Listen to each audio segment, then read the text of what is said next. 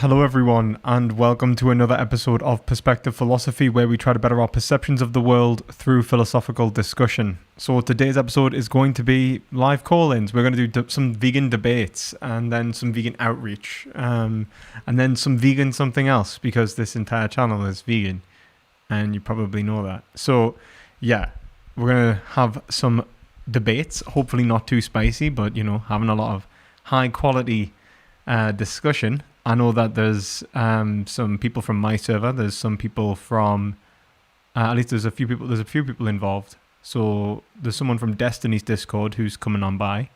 Shout out to the D.GG bros. The philosophy bros. Nice to see you participating. There's someone from Twitter and someone from my server, all ready to discuss veganism. Debate of vegan. That's what we're doing.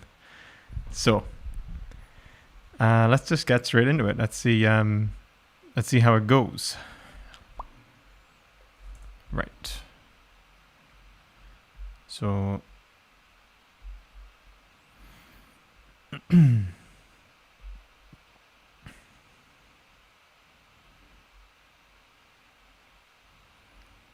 hello, Juke. Hey, what's up? Hi, man. One second, let's get your audio sorted. Could you just speak a little bit for us? Yep. Hello. Tad quiet there, but I think that's my side. Good. 1 second there. Do that again. Hello. There. Hello. There we go. How are you doing, mate? Good, how are you? Yeah, pretty good. I think we were supposed to have a debate on something entirely different. I think it was, I don't know if it was to do with, I think it was ethics, but I'm not sure what it was. So, yeah, oh shit, I've actually I think we had talked. 1 second there. Yeah, it might. So sorry. I've just turned it too much. There we go. Now do it again. Yeah, I thought I heard like an echo or something for a second. Yeah, there we go. Is it good now? That's good now. Okay, cool. Yeah, I think we had actually talked about perhaps something pretty relevant anyway to what you want to talk about today. Yeah, I think it was. Yeah, I think it had to do with identity or like self-consciousness and whether or not that's like necessary for moral consideration. Yes, and I would definitely say it is.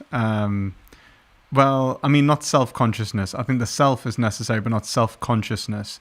And this is where I think would probably diverge. I imagine you're going to say self-consciousness is necessary, while I'm going to say consciousness is necessary. And I think that'll probably be the distinction. Am I right? Yeah, that sounds right. Yeah. Okay. So why do you think self-consciousness and not consciousness? Can you just define what you mean by both of those words? Okay, so what I take as consciousness, I take as conscious awareness. So awareness of one's own surroundings. That means having an internal experience relating to external objects. It would imply a subject-object distinction, and one of which would basically be mediated by senses, sentience. That would be consciousness. Self-consciousness would be one's own awareness of that experience. Sapience. How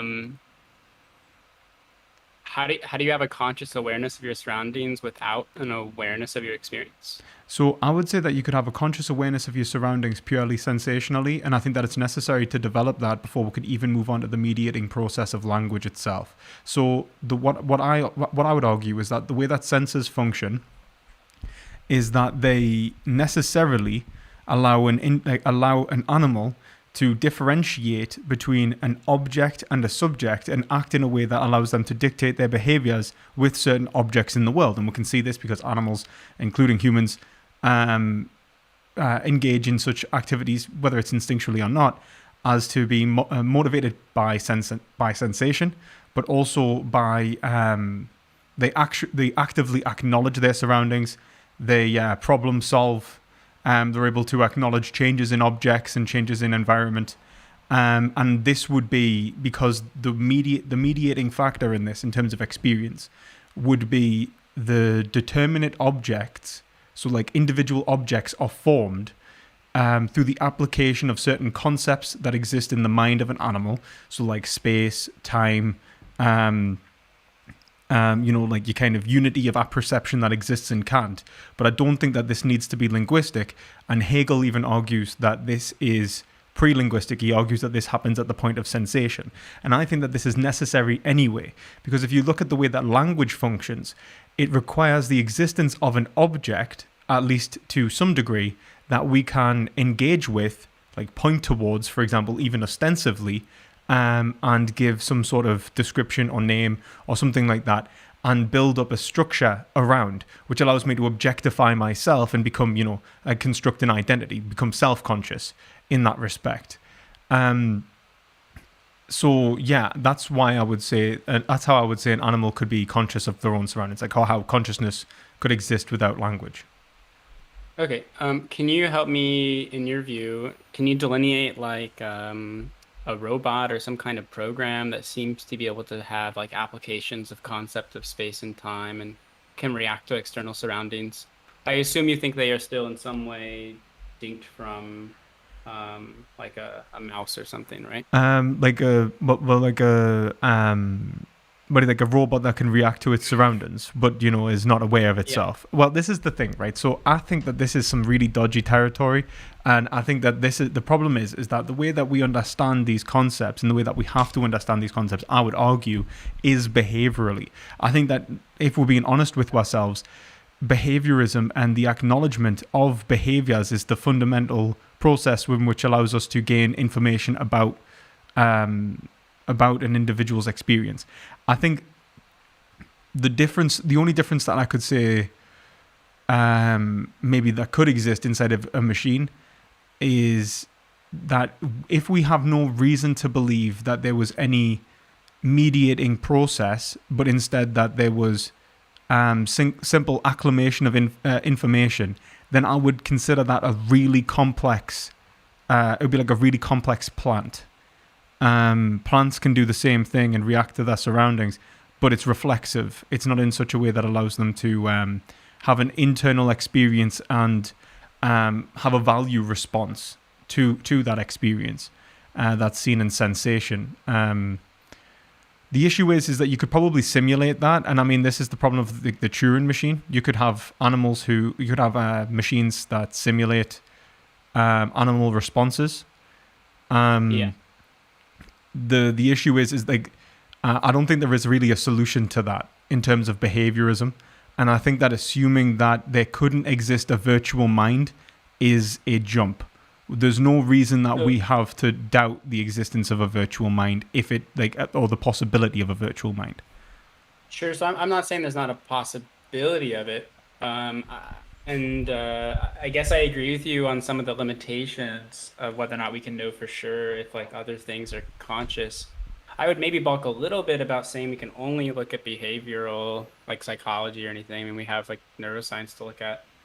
But I agree to an extent. But I guess I'm still trying to understand here. Yeah, neuroscience is a tricky one because from what we gain from neuroscience in terms of our own conscious awareness is typically mediated by reports. So kind of interpreted by reports. So an individual interprets that, I was feeling this, and they're expressing their own, and I agree. And that causes problems in the sense like, do we accept that? One, that link is always the case, and that it's necessarily a part of the structure of the physical, or and even so, like, could it not be reduced to something more primitive? Honestly, I don't know. I don't think neuroscience. It's going to be an issue for neuroscientists to even get past that problem as well. Yeah. So I mean, yeah. I'll be the first to agree that there's like huge barriers that we, at least for now, that we have in like the domain of neuroscience. But I guess maybe this will help clarify what I'm trying to ask. So it seems to me to be the case that we could take like certain complex robots that exist right now that have like lots of sensors that we can like kick or shove around or do things to them that are like negative, from their perspective, and they in some sense can respond. I mean, it depends on what you mean by negative by their perspective. So this is the thing, like sensation has an inbuilt negative response to a means-ends relationship. So if you were to program Sorry, I'll let you finish. Oh yeah, let's just say there's we programmed some kind of robotic animal-like thing, and it has a clear programmed goal.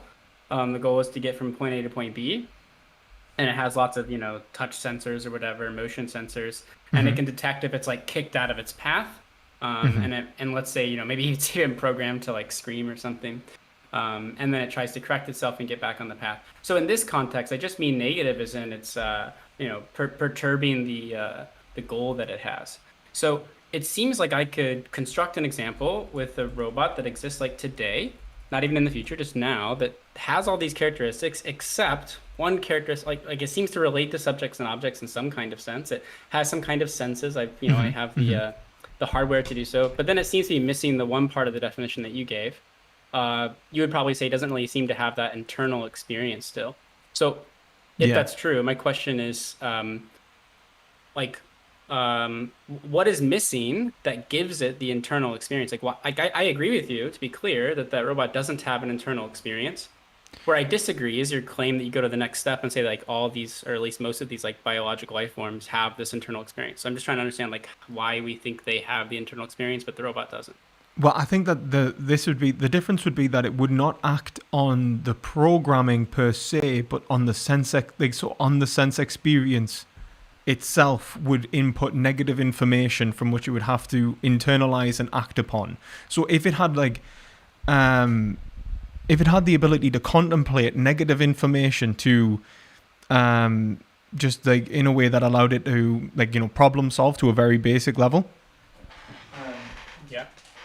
I mean, Um, a robot can do that yeah, too, they right? can do that. This is the thing. I genuinely don't think that I could necessarily offer a knockdown for that being conscious, but I don't think anyone can. I think that our understandings Um, of consciousness are kind of built in for that. I think like you could yeah. argue neuroscience, but like at the same time, all you're doing is prioritizing sort of biological computation over um, Well, synthetic my computation, right? my desire isn't to make you think that robots are conscious. Oh, I It's know. more I know. the reverse. Well, I think that the thing is that regardless, this wouldn't be necessary for the consciousness of a human, and this exact same argument can be used against a human. Like that's the Turing machine, right? Like we could all I like, don't agree.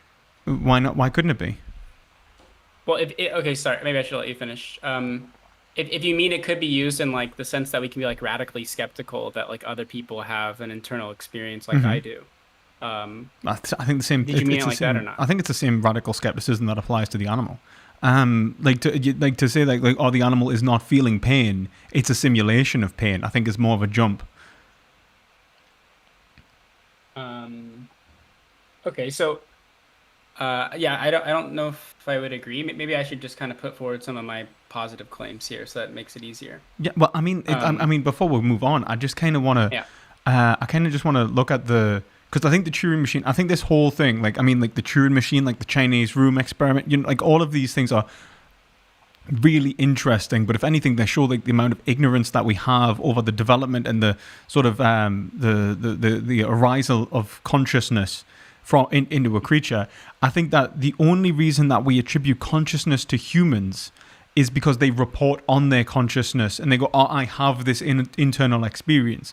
But then that report itself is just another epistemic layer which can be simulated that we've seen in the Turing machine, right? You can have computers simulate a human-like response to the point in which it yeah, tricks other humans, and we've been able to do that since what, like, when was that? Like 19, like was it like for sure. 1960 or something? Like you know, Yeah. it's been a long time now. So like the complexity of computers now and artificial intelligence, you could do the exact same thing, and to say that it like, and I think what the Chinese room experiment shows is that, have you ever, I don't know, are you aware of the Chinese room Yeah, I know. experiment? Yeah, Yeah. okay, I'll just explain it for those who are watching that don't know. So the Chinese room experiment is a hypothesis, is like a hypothetical in which an individual, like in which there is this room in which individuals have this means of decoding a message, okay, that's written in Chinese. No one in the room can speak Chinese, but each of them have a means of decoding certain words individually, and they act as one unified collective, like kind of like a, was it like like a factory line kind of thing, where they pass the message along, and as it's getting written, it's being decoded by a certain procedure that none of them have the totality of or aware of the totality, but they're all able to, engage in the function. And at the end, the message comes out in English. So one message is put in Chinese, it's decoded along the factory line, and it comes out in English, and none of the members can speak Chinese. The argument is whether or not, well, the hypothetical is to ask whether or not the room understands Chinese.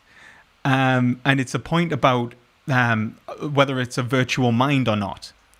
Whether whether the unity of the mind exists in the awareness of oneself doing the action, or whether the unity exists as a virtual mind. And this is, I can't remember who put it forward, but they argued that it exists as a virtual mind, that the room itself actually understands Chinese, and that's how we have to see it. Because it's exactly the same way that we would understand the unity that exists in our brain in one respect. But then you get arguments that, like, look, the room is, because nothing's actually aware of the process, a united process, it's a disjunction, like it's disjunctional. I think that's the right word. It's fragmented. It's not a unified experience. So there's no conscious awareness of Chinese. So the room could not be claimed to, understand it. Now, I think with animals, what we can see is the disanalogy comes from the fact that they do seem aware of their sense experience and aware of themselves as having sense experience. They're aware that they are feeling pain. They don't just simply react to the pain like in a way that a plant would. They problem solve. They, engage in behaviors which show awareness to their own environment and awareness to themselves, to a varying degree. Like some animals are, like, a lot of animals pass the mirror test. And that is in and of itself like an awareness of oneself as an object of one's own experience to some degree. And I think that it shows a unity of mind. And I think that most animals have this unity of mind. Primarily because they're able to act not on one sensation, but the totality of sensations. They're able to, take the processes of, like, take the stimulation of one sense, take the stimulation of another sense, combine it into a totality which they experience, and then off that experience, make a judgment, make some sort of problem-solving behavior. And that shows not only just intellectual capacity, but a unified totality of experience. And pretty much every animal seems to have that. They're able to respond positively and negatively to positive and negative stimuli in varying degrees, right? So, yeah, I think that's why I would say that in terms of the disanalogy between a computer necessarily performing these actions and an animal would be whether the computer is acting as like the Chinese room where it's fragmented, or whether it has some sort of unity in which it understands itself as the room. Do you know what I mean? Yeah. So I think this is a good spot to build off of. John Searle, by the way. I think you were trying to figure out the name. Yeah, of I think that sounds, yeah. So disjointed. Sorry. Yeah, no, you're fine. It's interesting. I agree really wholeheartedly with some of the things that you're saying, and then we have like a really serious diverging point. So you talk about, for example, the mirror test as an indicator if certain animals or beings have some kind of awareness of the self. Well, I mean, awareness of themselves as subjects to a higher degree than other animals. Because I think that the awareness of oneself as a subject happens prior to that. But it's not an awareness of one's own subjectivity, but rather awareness of the totality of subjectivity. It's like you don't feel there isn't something feeling two separate experiences.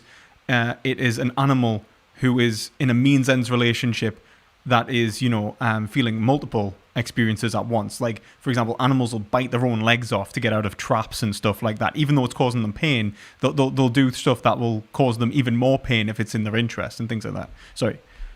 Mm-hmm. No, yeah, it's fine. So, I mean, I would agree there's a subset of animals that have a self-consciousness like you're talking about. And then I think that we have another larger subset of animals that lack it. Not only are they going to be someone who bites their own leg, but they're even more and more down the line of just having these autonomic responses. So I actually don't know if there's the disanalogy there with the computer in the Chinese room, because I think the Chinese room, another thing that the Chinese room experiment is demonstrating or supposed to make you think about is that we can sort of we can imagine a process going from A to B to C and completing itself successfully without ever needing some kind of conscious mediator there, right? So like we can successfully translate. We can go into I guess the way I've heard it typically is a little bit different, but so I'll just do the way I've heard it really fast because I think it helps illustrate my point. Yeah, yeah, go for it. The way I've heard it is one person is in a room, the other person's outside of it. They can't communicate with each other. Mm-hmm. The person outside of the room has a piece of paper that has Chinese characters on it. They can't read Chinese, but they wanted to know what it says. They slip the paper underneath the door. Someone inside of the door grabs the piece of paper. They don't know if anyone's in the door at all. They grab the piece of paper. That person doesn't speak Chinese either. They have a filing cabinet with like literally every translation in the universe you could ever want. They just match up the Chinese characters to the English characters. They grab the relevant paper. They push it back under the door. The person outside the door has no idea the entire time. And the question is like, are they actually having a conversation with each other? And you probably should conclude that they don't have a conversation with each other. And what I think it analogizes is that we can sort of have even complicated processes that have relationships between one thing that seems to be a subject and another thing that seems to be an object or another subject. And yet that entire time there isn't a sort of, I guess you called it like a unity of perception or a unity of consciousness going on. And so, I mean, I would agree, and I think that it's the very fact that some things have a unity of perception, this type of higher self-consciousness, and some things don't, is what establishes ethical considerations for certain beings over others. Well, I think that, like, so I know that Minsky replies to the Chinese room experiment, arguing that it's a virtual mind. That the mind, like, so for example, what exists in the brain is in no way the same thing that exists in thought, in the sense that thoughts themselves are aware of the processes from which the brain is actually engaged within. So it's actually a reflective process, and so it's virtual. So like even our brains are virtual. So the response to the Chinese room experiment that he gives is that what is actually happening is a simulation of mind, right? Or like I think Searle calls it a simulation of mind. But then it comes into question like, well, what's the difference between a simulated mind and a real mind, right? And I think that in terms of, I don't necessarily agree, because I think that the unity that does exist in consciousness is important. Like I do think that a conscious unity is important, but a conscious unity exists not as a measure of communication between two contradictory parts necessarily, but it's rather a sustained contradiction. And I think that's what the subject-object distinction is in terms of inner and outer experience. When an animal has a sensation, it acts on internal stimuli in relation to a perceived external object. And that's kind of the point of problem solving. And that's where I think it shows like the unity or the harmony within a sentient being as being a single unified subject rather than being like the same as a plant. So any animal that acts in relation to external stimuli engages with the world as it being external, and even has Hegel even points out like there are certain physiological characteristics that even relate to the external world as such to promote a behavior that separates the subject and the object, as a subject mediating itself through a realm of objects. And he points like towards like appendages like legs and wings and stuff like that, mouths and stuff, mouths and the digestive system. And he's got this whole philosophy of nature on that, which I'm dubious on at times because of his science is like, a couple of 100 years out of date as well.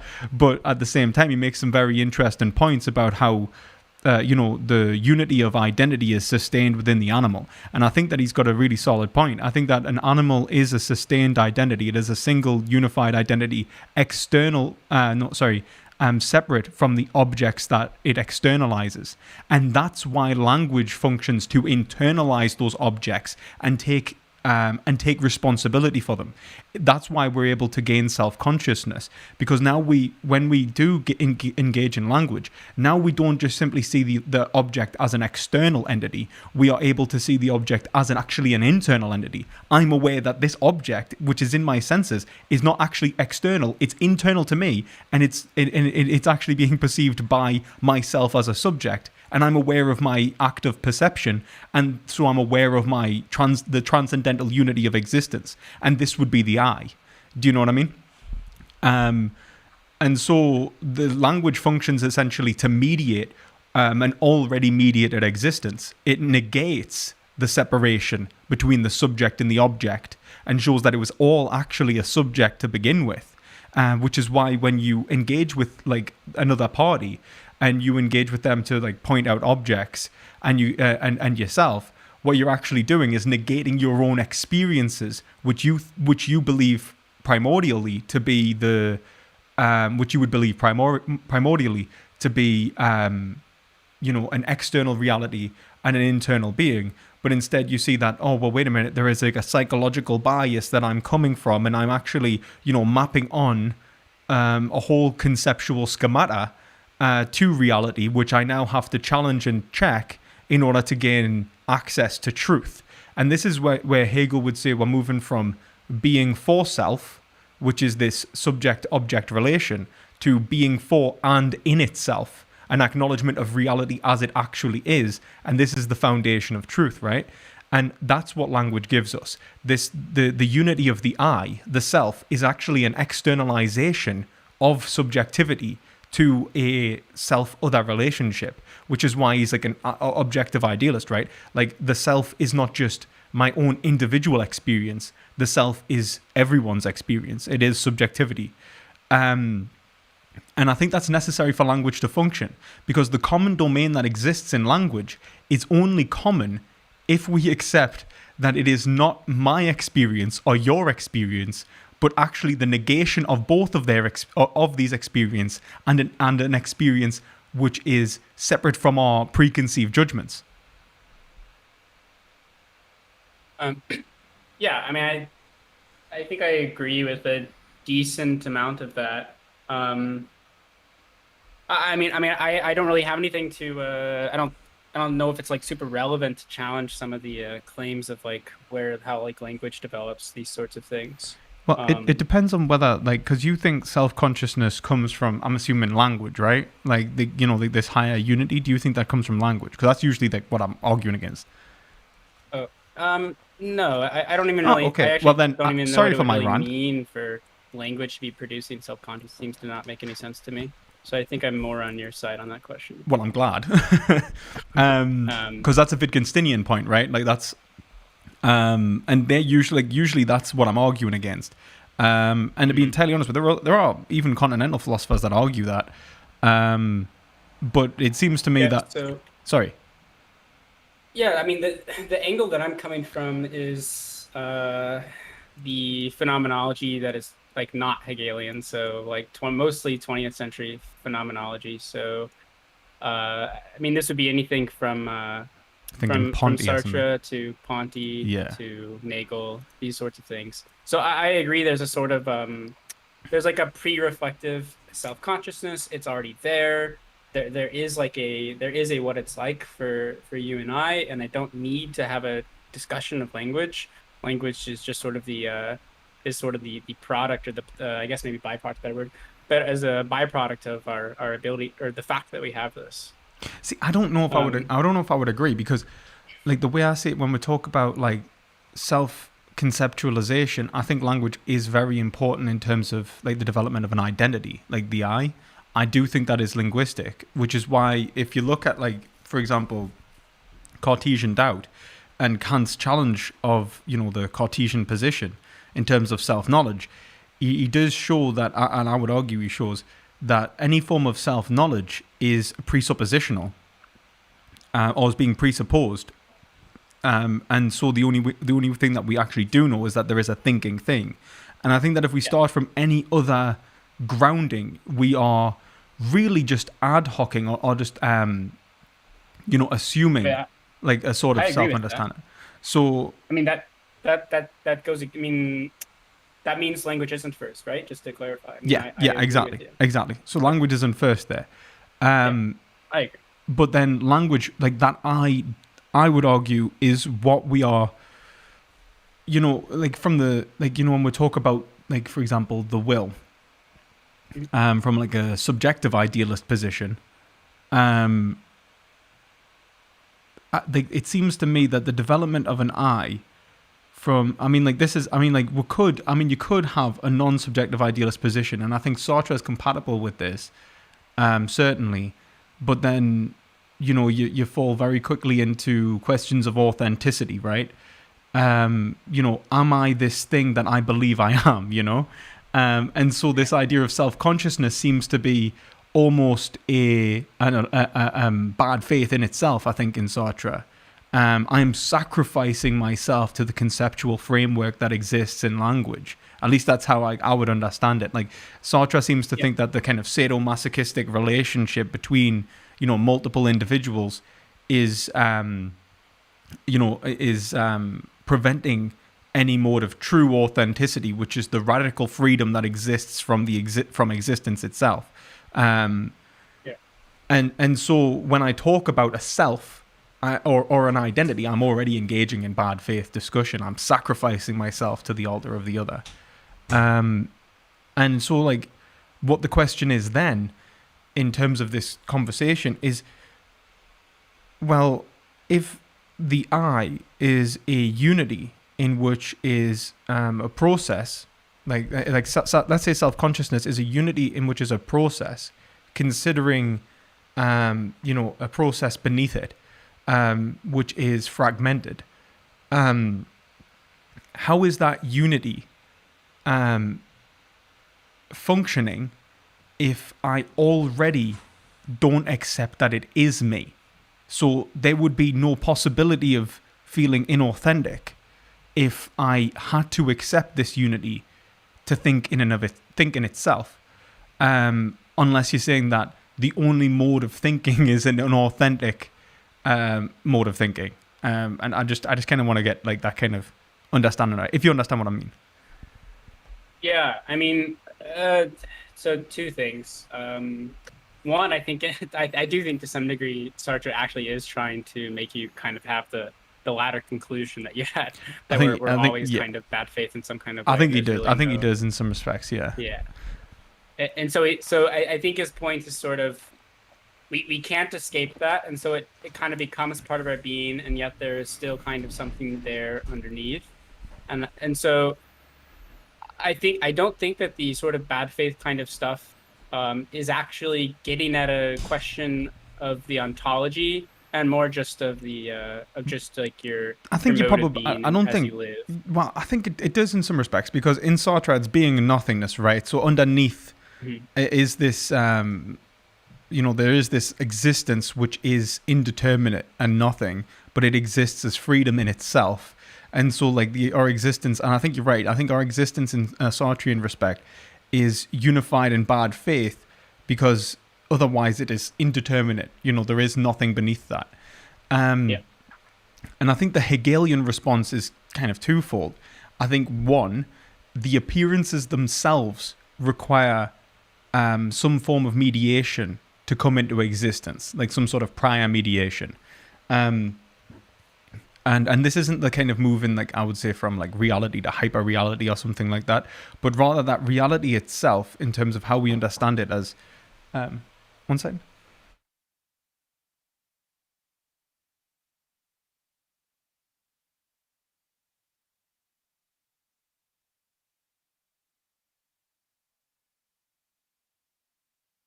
One second there. very good.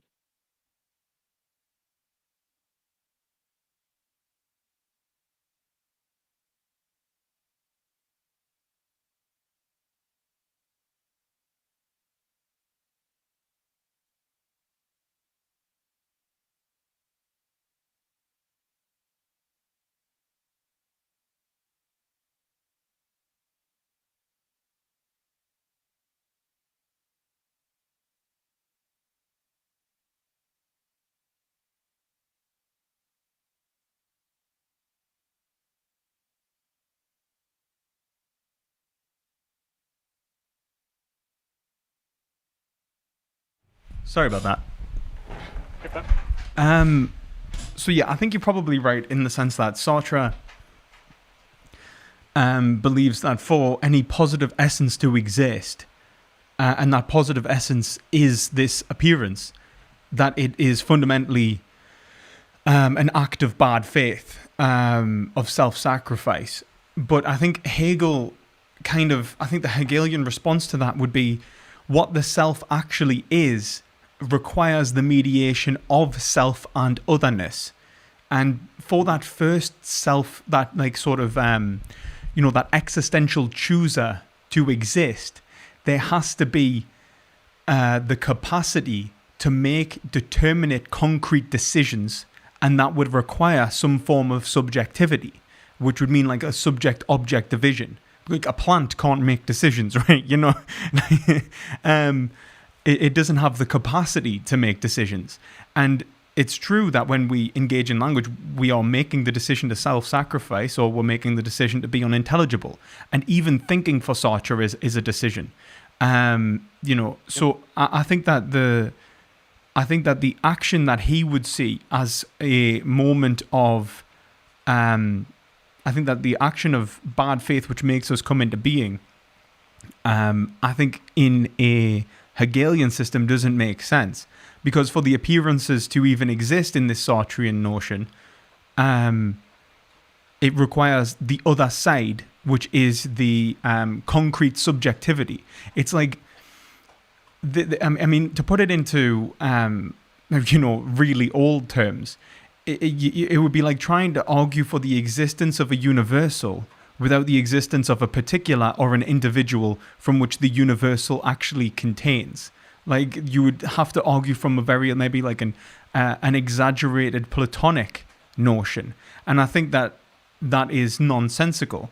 I would say that what makes more sense is an Aristotelian universal, like an indifferentism, in which the appearances exist because there are individuals who first see and then enter a game in which would allow for the sadomasochistic relationship.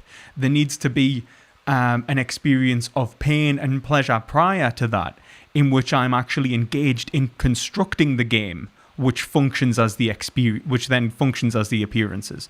I'm engaged in modes of judgment which are then universalized and become these aesthetic, to use a Nietzschean term, aesthetic ideals from which we then engage with reality in bad faith. And the existence of authenticity, or the existence of bad faith in the first place, already presumes that there is an underlying freedom which exists as the chooser, the mind prior to language.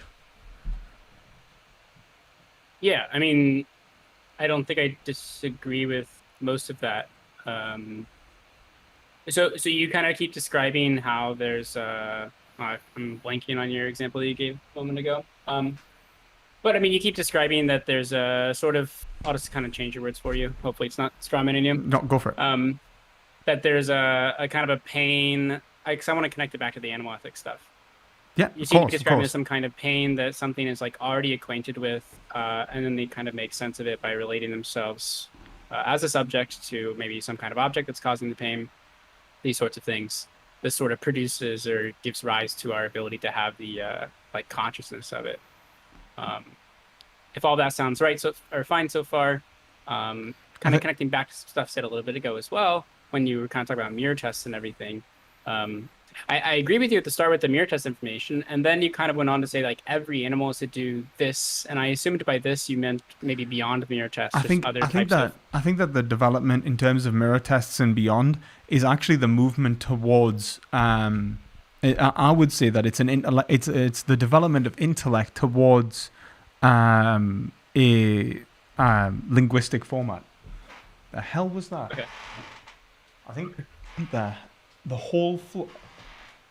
My whole floor just shook, and I have no idea why. Okay. So yeah, I would say that the mirror test. Sorry, what? I said God's trying to tell you something. Well, I think it was my dog actually making himself known, but I can't see him.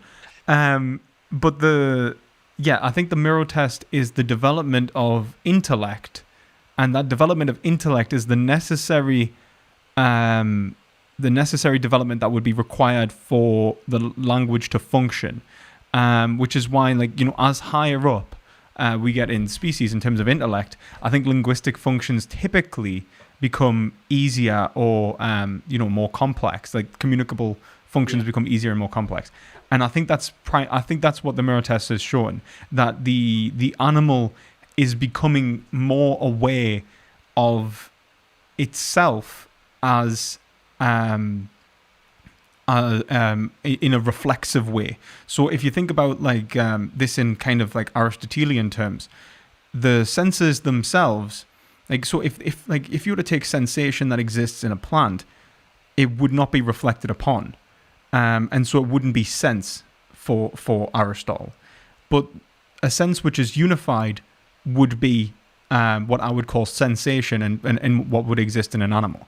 That would mean that there are processes which are united in an experience that have that kind of reflexive property, where it's the experience actually reflecting, like, or the sensation reflecting upon itself. That would be like the most primordial sort of sensation. But why do you think that reflection is in all animals is what I want to know. So I think that reflection's in all animals. Well, for one, they seem to act not on they seem to act not in a fragmentary way. They seem to act as a single unified being, making decisions as one. While plants don't really do that. And I mean, Hegel even points out, like, parts of plants can act independently. Like, you can cut a part of a plant off, put it in the ground, and it will grow. You can't do, like, you cut a worm in half, it doesn't actually grow into two worms, right? The unity that exists in the animal, the organs of the animal only function in conjunction with each other. There is a unified identity that exists in nature for its actual functioning. And then in terms of sensation, especially when we talk about appendages, these appendages have to, again, function in conjunction to move the animal so that it is able to actually function within the world, like actually obtain some sort of means-ends relationship. Even if it's very basic and intuitional, it's still a unified experience in terms of sensation, whilst plants can't do that. And that's where I would say the separation between plants and animals occurs. So I agree that it kicks plants out of the conversation. I guess I don't. So I can agree with you perhaps that a necessary condition is to have the sort of unity that you're talking about, and it kicks plants out of the conversation. Mm-hmm. What I don't get is why it makes for a sufficient condition. Well, like, why it seems to me that I'm very capable of accepting that, like, a grasshopper has organs that all kind of work in conjunction with each other, and the nervous system works in conjunction with the greater body as a whole. But I don't know why any of that process necessitates that there's some sort of internal experience happening. Well, I think like the one you or I have. Yeah, I think that one, like, the internal, for it to exist in a way that is in which is because animals aren't purely reflexive like plants are. Like, their behavior doesn't act in a way which purely points towards reflexes.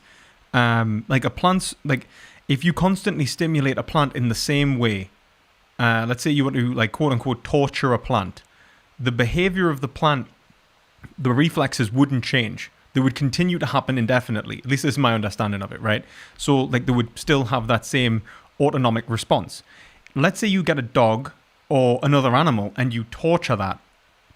What we've found, even psychologically, it's horrible that we have these experiments, to be entirely honest with you. Their behaviors actually do change. The more they're tortured, the less they will resist that torture. showing like if they realize that there is like, so for example, we've got experiments in which dogs have been tied down and tortured indefinitely to find out when they will stop resisting. A plant won't stop resisting in that respect. Like its autonomic response will continue, whilst a dog's will, because it realizes there is no behavior, because of the unity of its behavioral functioning. The problem solving capacity of a dog means that it knows that the action is now futile. It's the same thing with like almost every animal seems to problem solve to very minor degrees, but more so. Yeah, I'm actually. I mean, I'm curious about this claim for for a grasshopper, for example. I mean, for anything that's like comparable to a grasshopper, are you familiar with any kind of evidence that points to a similar conclusion as the dog example? I'm not, but I think that might be my own ignorance more than anything else. Okay. I don't know of any I would psychology be skeptical because of it being true. well, I mean, skeptical of anything being true, right? But the thing is that I think that what we can infer from a lot of the experimentation that we see is there a very big behavioral difference between animals with a central nervous system and animals without one. The central nervous system is the unity of sensation in a single point. And that is the like the realization of the function of the brain is the unity of sensation. So when we look at a plant, its sensation isn't unified. That is the difference. If you look at an animal, the sensation is unified. That's why I would say that the behavior acts as a single unified entity, which has a means object association with the world, because that sensation actually allows it to, it doesn't simply. Like if you look at the way animals experience the world, they're able to become accustomed to certain experiences. Like even the animals who've been beat become timid of certain gestures and so on. We see this as the most primitive form of conditioning, but this conditioning shows a unified experience in which it knows that like a certain stimulation is going to come with a certain outcome, and so seeks to avoid it. It's the same thing with and you can train some of the most basic animals in this respect. Animals like bees can be trained, goldfish can be trained. These I think show that like they're able to engage with their sense input as an object external to themselves. The goal of the creature then becomes determined by an object external to itself. It's able to recognize that it's able to recognize certain responses as positive or negative, and then make decisions off that point. So yeah, that's kind of like where I would like kind of show that the senses of the animal are unified in one active process, which allow them to essentially create this subject-object divide. Otherwise, it would not exist at all. Like they have to feel it to a certain degree. In the sense that it has to be a unified feeling rather than the senses of the hand are stimulated and then react. It has to have the unity of an internal experience, a central nervous system, to have a single unified experience. Otherwise, it wouldn't be able to make sense of it in terms of a unified organism acting in conjunction with its internal parts. And I think this is why, like, Aristotle, for example, said that a hand that is severed from the body is only a hand by name. The way in which a hand functions is determined by the unity of the parts that exist within the animal. Whilst a plant, this isn't necessarily the case. Like the fact that you can't actually slice off pieces of plant, you can graft plants together. Like the way in which they exist in terms of a unity doesn't function the same. They can, they don't necessarily require the unity of a central nervous system to act and function. They can act and function independently given the right conditions. And I think that is a massive difference that points towards an internal experience. Okay, so two things off of that. One, I guess I had heard from the grapevine that you were basically against like all animals, if you could like control it, all animals being like killed or hurt or whatever. I am, yeah. But there are like some But there are some animals that don't have like a central nervous system. So would that, like an oyster, for example? So Oysters, are you cool with no, eating I think oysters? that I think all vegans recognize that as a very grey area. We pretty much all recognize that anything without a central nervous system is unlikely to be sentient. Like for example, I would consider veganism as a stance on sentientism. Um, Okay. So you're fine with like eating a few animals? well, I mean, if you were to Just like a quick aside, just out of curiosity. I mean, if you consider them animals, I would probably say like But yeah, that. I they are. don't. I mean, they are and they're not. I think that like it depends on how we define it. Um, because I think like I mean, if you say that they're non-sentient animals, then yeah, I don't really care. I think the main problem is the harm that it would do in actually acquiring them. So like buy, kill, and all this when it comes to oysters. Um, But yeah, sure. but yeah, and that's really it. I think that actually to be fair, I think as well, things like octopi, because of the dense neural things like that, like with the like that dense neural cluster, seem to act in a similar way to a brain, so that like central nervous system exists, almost like everything seems to communicate in such a way that it like allows an animal to function as a unified individual without producing like the same kind of neurological structure that we see in like mammals and such, like invertebrates. But that doesn't necessarily Yeah. mean it's not a unified neurological structure, because of its complexity and the density of the neurologic, like these dense neural structures. Yeah, but I guess yeah. we seem to care about to care about like pain. We need, seem to have like a unity of feeling, and you seem to say that that requires like a central nervous system to have a unity of those Or a very sensations, right? complex central nervous system, which is, or Yeah. like a nervous system which is incredibly complex and communicating with itself, and in Okay. such like a brain would. I don't think it necessarily. So, for example, I'm open to the possibility that you could have artificial brains, for example, like artificial life. I don't think that's. Wait. Yeah, I mean, we don't have to like make up stuff, right? I mean, just like oysters or like sponges are animals that don't clearly don't have any of this like unity. Yeah, yeah, exactly. I Okay. don't think that like there's necessarily. I don't think that they necessarily have value in themselves. Okay. Um, Um. yeah, I mean, I don't know if any vegan that does. I think we just avoid them mostly because one, I think we kind of find it disgusting, but two, it's less of an ethical reason for them and more of a reason for the damage that it causes. If you were to have like, let's say, an oyster farm, um, I don't think that there would be necessarily anything 100% wrong with it, but I will say I will leave room for ignorance, and moral hazard, because I don't necessarily know enough about oysters. So I would have to do more research. But yeah, I would say that like there is a definite distinction between something like the complexity of an oyster and even the complexity of an invertebrate that has a brain, or some dense neural clusters and stuff like that. Okay. Um. So the the second question. So I think I understand where you're coming from, like from the side or from the opposite corner of human beings, like working towards human beings. And then I want to kind of understand more of the opposite direction. Can I ask you So a question? Because you yeah. were making like the positive claim that self consciousness was necessary for consciousness, right? Like the unity of experience. Why would you make that claim?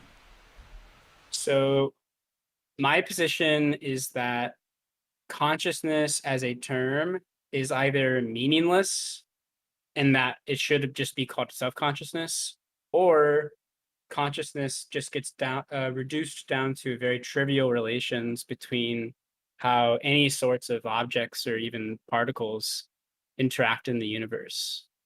Um, the argument that I make is that when we talk about, so when I say the word self-conscious, I don't mean it in like the Hegelian sense or like one's own awareness of No, experience I like you think were talking about. I mean, the Hegelian, there's a, I mean, do you mean like self consciousness, like in like sapience or something like self awareness? Um, yes and no. So to me, I actually prefer like ostensive ways of talking about it rather than trying to define it. But if we take a definition, like one good one can be like Nagel's talking about, if what it's like for there to be something. Um, but typically I understand it phenomenologically. So I usually like to just like spout random like Heidegger words and just say, oh, well, like we have like a situatedness. There's some kind of being there that we have. If somebody like slapped me in the face, I But have some kind of presentness to this. It seems to be yeah, happening to me. I seem to have like a locus, a physical occasion of it these like sorts of yeah, like a things. being here, like just you know, like Yeah. yeah, I completely agree. But then I think that that is pretty much like a response though to like, so for example, like Heidegger seems to think that language is equipment, right? Like so in terms of like, and I think you would probably agree with that from what you've said. Like you don't seem to think that language produces self consciousness. Right. Um, so like what we have is a being here, or like we are, you know, and that seems to exist in the most primordial sense as a ready to hand state. And I think Nagel accepts the possibility that a bat can have a ready to hand state, from what I remember in What It's Like to Be a Bat, right? Yeah. So I mean, I don't. So I like their like definitions, but I'm not really going to be defending a lot of like what necessarily like Nagel concludes or somebody else. But I think their I think this is a good conclusions way are of talking important. about what I'm talking about. But I think their definitions are important in some respects anyway. Like take Heidegger, like the separation that exists between ready to hand and present at hand is one of a contemplative process upon sensation. Sensation exists as a pre-mediated experience, and the contemplation of that pre-mediated experience removes us from that experience and places us as an object, as a subject over ourselves, right, or over the actions that we are Yeah, so taking. this is like the part where I like start to diverge pretty quickly See, this is from you the say sorts that of I want to know how you're gonna sort this out, mate. Like this is how I like. yeah. So yeah, I mean, I diverge pretty quickly from these kinds of notions. So my position is that it's incoherent anytime like we use, so like a minute ago you would like start using the word experience again, and whenever we like pop those words back into the explanation of what's going on, I think we're kind of back at the little like the horn that I was presenting earlier, It's just that either we need to existence. talk about, Sorry, sorry, what? it's just going to end up being Oh, existence in like some sort of like existential way. That's like it like that's kind of the yeah. Hegelian point, isn't it? That it just is, and that's where this is where we start from. Yeah, yeah. I mean, so it's either going to be the case that it's this just what it is, what we already are immediately acquainted with, what's always already there, or we're just going to be talking about, or we have a really reductive sense of like consciousness, and it's just like any time, any like locus or any object that we look at responds to things we've delineated as outside of its locus. And you can do that with anything. You don't even have to. So you don't even have to be talking about biological processes at that point. So to me, it's either you have to recognize the type of consciousness that we have for what it is, or you have to go into some like crazy panpsychist stuff, which See, I yeah, think we I don't think the want to go down Hegelian that route. response is actually the way to get out of that problem. You see, because when you say consciousness is anything that we have, one, you're already presupposing a relationship with the other and assuming that they have what you have in terms of this ostensive relationship with reality, like this existential relationship with reality. So you're either Yeah. assuming that, like, based off their behaviors, that they are like. So What's you're the what's already the problem? What's the problem with that though? no. That's the thing. I don't think there is necessarily a problem with that, but then you're already engaging in a kind of behaviorism. You're right. Oh, well, you're engaging in the behaviors that I think express Yeah. the subject-object relationship. Do you see what I mean? So, Oh, like, I'm not opposed to having some kind of behavioral model to decide who has but experiences it's like me. at what point do we draw the line between, let's say, something which seems to be acting autonomically and something which is Yeah. acting with self-direction? And I So think I think animals seem to act in that sort of self-directed manner. And I think what's also worth mentioning is that Hegel, unlike, let's say, a panpsychist, where you have to kind of boil it down infinitely to, like, consciousness is explained through an infinite sort of was it Dionysus, or what, I can't say it, like an infinite regression to a single point. Yeah, He would see that as meaningless. Quite like that would actually I agree. kind of be it would be non-causative. It would be an accident. What is substance is and subjectivity in this is a unified contradiction. A subject is a contradiction which sustains its unity. So contradictory parts, which sustains its unity, is how he defines a being for self or a self.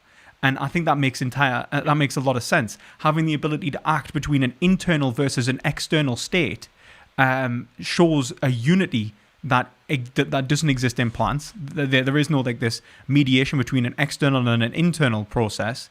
There is only like an ongoing process, whilst an animal acts in a way that shows a object-subject delineation, like problem-solving, behaviors, the capacity to not only reflexively or autonomically respond, but contemplate or change behaviors, and that shows self-direction, and that I think shows the sustenance, sustenance.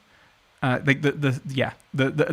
sustained contradiction, which would be a subject. And if we take that to be the foundation of existence, like that is what existence is, this sustained contradiction, which exists in the unity of the senses. So like that would be in the transcendental analytic, that would be the unity of the having an internal and external experience of the world. Having this, you feel pain and pleasure, but at the same time, you realize it's you feeling pain and pleasure, and you realize it's it's not that you realize, you feel the pain and pleasure, and at the same time recognize an external object which is causing this pain and pleasure, and so modify your behaviors against it. That shows the unity of apperception, and that would be the foundation of existence for someone like Heidegger, Sartre, any kind of continental thinker. So, yeah. So I to be clear, I think there is a line that we can draw, and I'm not like fully anti-vegan. My position is basically that it's like a vegan asterisk kind of position, that we shouldn't kill the types of animals that have personhood in the way that we have it. So this is basically the kinds of animals that you were talking about or seeming to refer to that are passing the mirror test.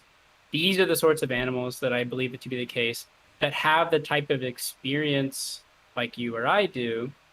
And it's only when that type of experience like you or I have that is present is what generates the pain being elevated from just pain to a suffering, one that gets some kind of moral consideration or is in the same kind of ethical domain as the type of pain and pleasure that we have. We can certainly get onto that. Because I would say that any animal which is having this subject-object distinction is in a means-ends relationship, which means that they are having a value response, and in relation to, and already contain a function. Because I think what we have to be careful of. Are you an objectivist in ethics? Excuse me. Like, wait, do you mean like Rand? Not Rand. No, not Rand. No, God, no. No, unless you are a Randian, in which case this would make because she would just say life, right? And I'll just be like, it's alive. Fuck off. I assume you meant like realism and anti-realism. Yeah. Like you believe in Yeah, so I have a weird position that I'm trying to work through at the moment. It's not fully finished. That sounds like my life, that. I was calling it quasi-realism, and then I learned that this is actually a term that already exists. So I need a different term. Simon Blackburn and all that. Yeah. But for now, I'm still calling it that. Basically, I believe at the moment, I think there are three moral facts.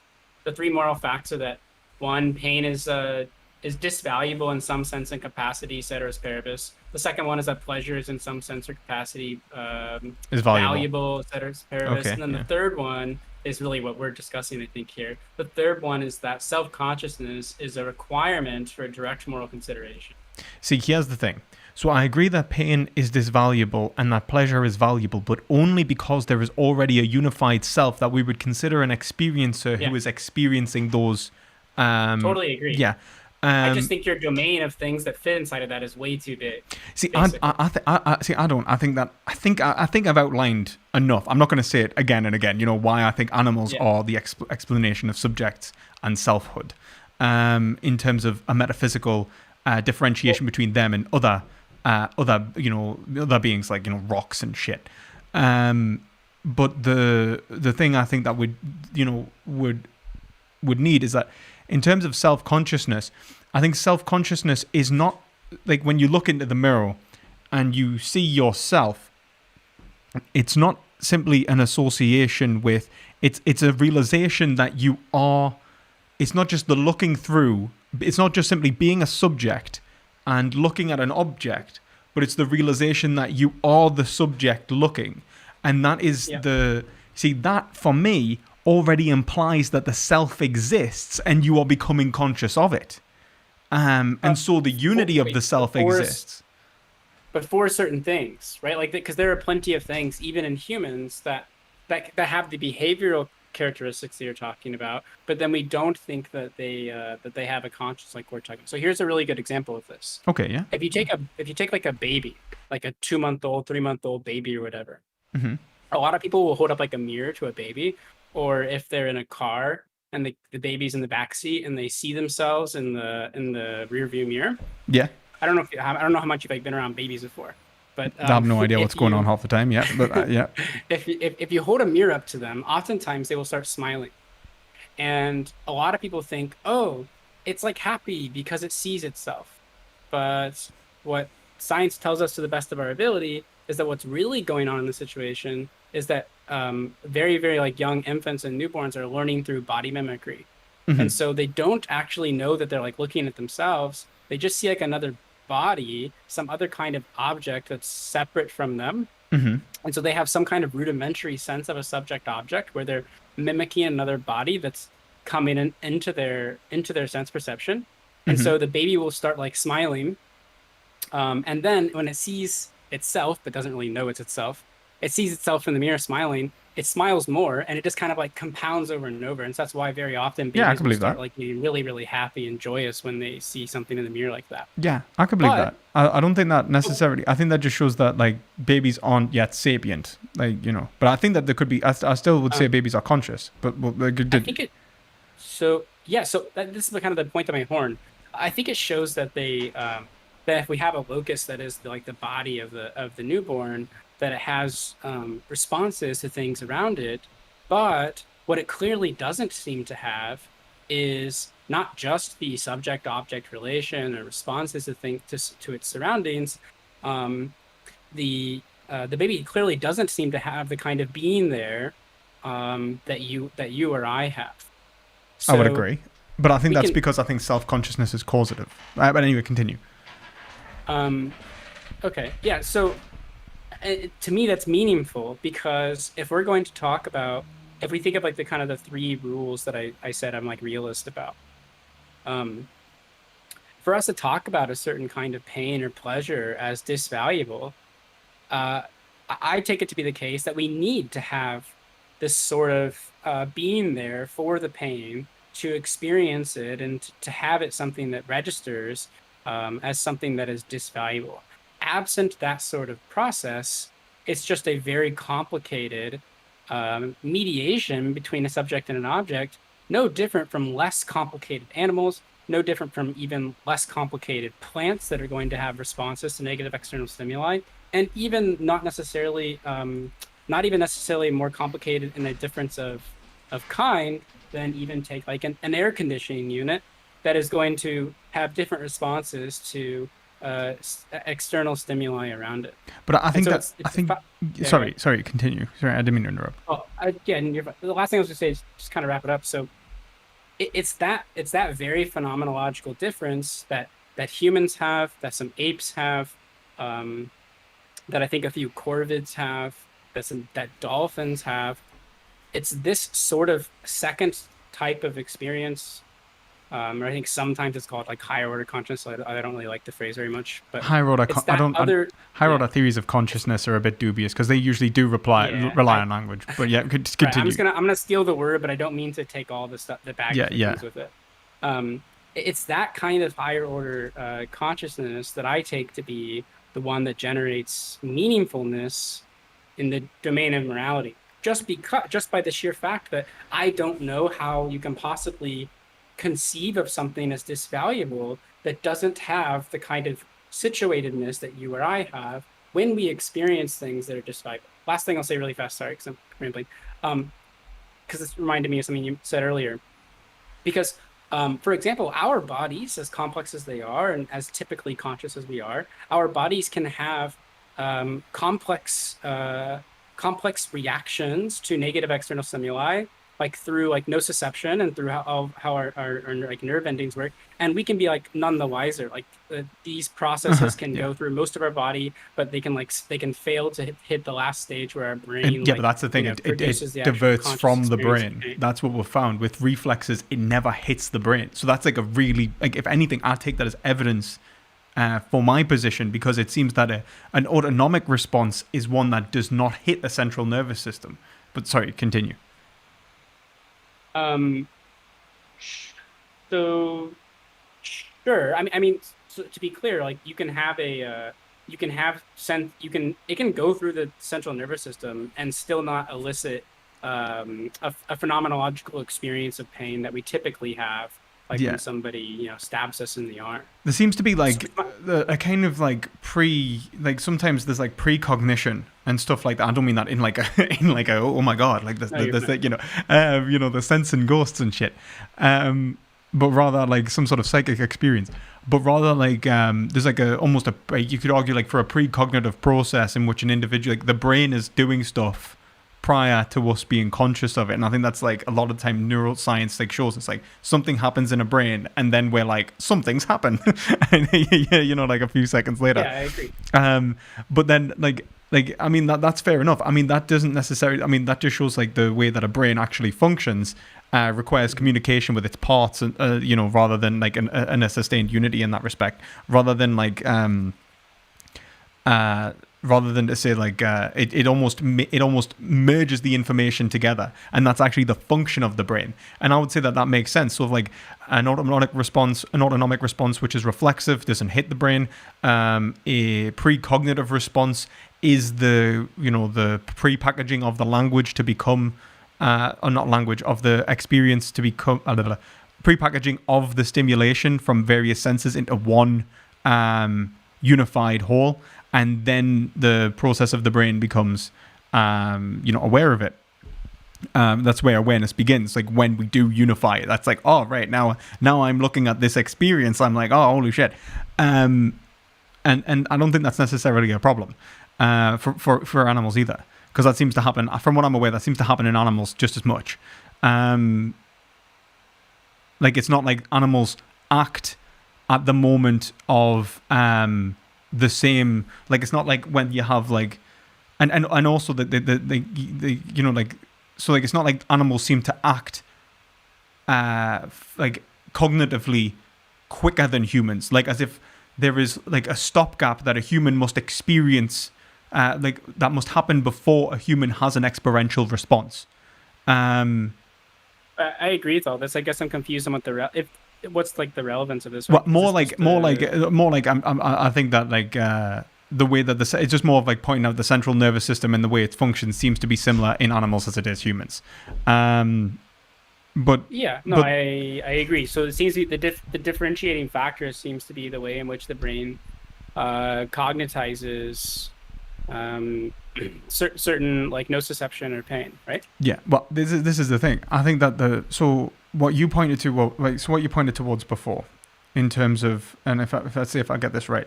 So when you were pointing towards the unification of this being here, and you said that like that exists, that doesn't exist in the baby, right? I think that actually this baby is precisely in that state. It's in the state of being here, which is its ready-to-hand state. It's using the world around it as a tool, right? This is a means to an end. Like everything external is a means to an end, and so its relationship with the world is one which allows for learning to occur. Without as much, it wouldn't become aware of itself at a later stage in the mirror as its intellect, increases, as its brain develops. Right. And then when we talk about language, I think that is what, when we talk existentially, at the point of language, that's what we talk about in terms of like the historicity of what it means to be human, because humans don't seem to be instinctual in any way. Like we don't seem to act in a way which is explainable through some sort of basic animal psychology. it requires much deeper analysis, right? Which is why you get Wait, just to be clear, I mean, clearly on some level we do have like animalistic instincts still, right? well, we'll Like, have you don't think they're drives, completely gone. but then that like sublated and that's sublated and sublimated into Yeah. a variation of drives. So like my drive I just for mean like food, you think like the fight or flight response you think it's like a real thing, right? oh, of course. Like primarily, Okay, that's just what I would checking. say exists in the animal, and I think that an animal, when it has the fight or flight response, has a sort of instinctual response on that. It's reflexive, but it's not reflexive to the point in which it could train itself out of the fight or flight response, which humans can. Okay. You know, like we Yeah, can sure. psychologically condition ourselves to be like, nah, man, I'm like this badass Yeah. John Wick guy, and I actually don't feel fear. You know, like, Yeah. and I think that that's the difference between an animal and a human, the ability to deny one's own nature. But that nature exists in the sense that there is this natural mediation. When you use the term complex mediation that exists in the animal, like by mediation, we mean the reconciliation. Like mediation is a reconciliation of a disjointed, of things of disjointed or fragmented parts, right? It is this reconciliation in a whole. And that mediation is the sense experience. That is what we actually have as an experience. What we talk about in terms of... Sorry, I want to clarify really fast. So when you talk about sense experience, I mean, this can be different things. So there's one sense experience in that there's a like pain receptors are firing through different parts of your body. And then there's the central like nervous... other types of suffering. So Yeah, and I then there's think other like types of I think suffering it's... that's like basically only in the brain, like if Yeah. you're very sad about something. Well, or I think that's depressed. like you can even see the difference. Like animals don't like so you can get reflexive responses in animals, which happen immediately, and then you can have responses in animals which happen like a similar way in which it happens in a human. You know, like it hits the brain, there is this process, and then animals are like, oh my fucking god, like, and then bail. You know, like, which is why, like, you see, like, animals and they're like, wait a minute, should I run? Like, you know, it's not like bolt, like reflexive. It's not like precognitive, which again, they would just be like bolt. That like, there is a point in which they're like moved by multiple stimuli that they're experiencing, which is why a rabbit's like, what the fuck? Like you know, and like, it's almost scared of, it's not just scared of you, it's scared of that, and it's like, it's one single unified thing. So it's like, you know, like a deer in headlights. I'd say like the fight, flight, and freeze responses are actually a sign of behavioral modification in relation to a unified entity. But some animals do, and that's the mediation. Some animals do have, some animals do have the ability though to modify this in the way 100%. Well, no, I think it's like, so I did point out, like, for example, the dog that, like, you know, it's like, fuck, I'm just getting tortured, like, why am I even resisting anymore? I don't think that it's actually thinking in its head, fuck, I'm getting tortured. You know, but it does have the problem solving capacity to realize the futility of its behaviors. And I think that, like, higher mammals, like, for example, like chimpanzees and stuff like that, they have the capacity to recognize themselves as subjects, and then associate each, like, so for example, I think that you tend to see like a more subject association even in higher animals, where they're able to make more complex relationships with each other. And I think that's the development. The chimpanzee, just to clarify, the chimpanzee can go through the, like, fuck, I'm in pain, I'm being tortured, 100%. right? Yeah. Well, I think that, yeah. I think that, like, it's not like, fuck, I'm in pain, I'm being tortured. It's like, it would feel the pain and torture. It would recognize itself as the one being tortured, in the sense that it knows it's a subject, and it knows that it's a subject, and you are most likely a subject as well. And I think that is the point of the more complex mediation necessary for language. But to even get to that stage, you've had the mediation that exists in the sensuous experience. You've then had that mediated by, again, within the sensuous experience, the sense experience, like, you know, seeing oneself, like, in a mirror and stuff, and then, you know, reflecting upon that, which is still, like, I would say still, like, a part of the sense experience. And then you've got the mediation of language, which takes the child from, let's say, the mirror stage to something way more psychologically complex. You know, where they start with, like, forms of... And I think that this isn't, like, a straight... oh, one day a baby learns words and poof, you know, and like the whole psychology changes. They're like, where am I? What's going on? But rather there is a development of cognition in relation to how they communicate with the other, and that this mediation through the other and this internalization of the other forms more and more complex social structures until they no longer have a unified sense of self without what Heidegger calls like the they self. And the they self, I think, is what humans and linguistic animals uniquely have. And that would be like a psychological difference, but it's a psychological difference, I would argue, that could only metaphysically develop through the mediation of sense experience, and then its intellectual reflexivity to the point of self-awareness, and then that self-awareness being moved outward in linguistic form or communicable form to form language and community. Yeah. So two things. One, just to be clear, when I was describing like the chimpanzee as like having the "fuck, I'm in pain," I don't mean it to be implying that like the chimpanzee is uttering the kind of sentences like you or I, because I think we're totally on the same page that it's not like the links. I'm not trying to trick you into agreeing that like language is what produces these sorts of things, because I agree. It's just like it just happens to be the case that language is the best way in which we can sort of try to talk about what's going on with the chimpanzee. Communicate Otherwise, in general. Yeah. How can we do anything if we can't talk about it? So, but I guess what's confusing to me is like I'm like super on board with like everything that you're saying, and then I'm just really confused with the conclusion that you get. So like you're doing all this like work that I think is like awesome, and I totally agree with. It's explaining how there's like a small subset of animals, humans included, that get to go through this like special kind of reflexive process with their sense perceptions and with themselves as a subject, and the mediation between these sorts of things going on, and an understanding and a recognition, and then a byproduct that springs out of that is like some kind of cognition or language that gets to describe that. To me, it's that fact that reflexivity exists in this small subset of animals that tells us the types of things that we should care about that have suffering, which is why I guess to reiterate my position in case I never made it clear, that there's just a small set of animals that I think is wrong to kill and eat. I do understand that, and I hope I haven't been too long-winded. I know I'm terrible for that. And but I think that it's like this is probably one of the things I struggle with the most to communicate in some respects, because it's like kind of a mixture of like, all right, so we're going to talk about neuroscience, we're going to talk about like metaphysics, and we're going to try and take all of these things and merge them into some sort of unified philosophy of mind. Right. Or consciousness, at least. So I hope I haven't been rude in that respect.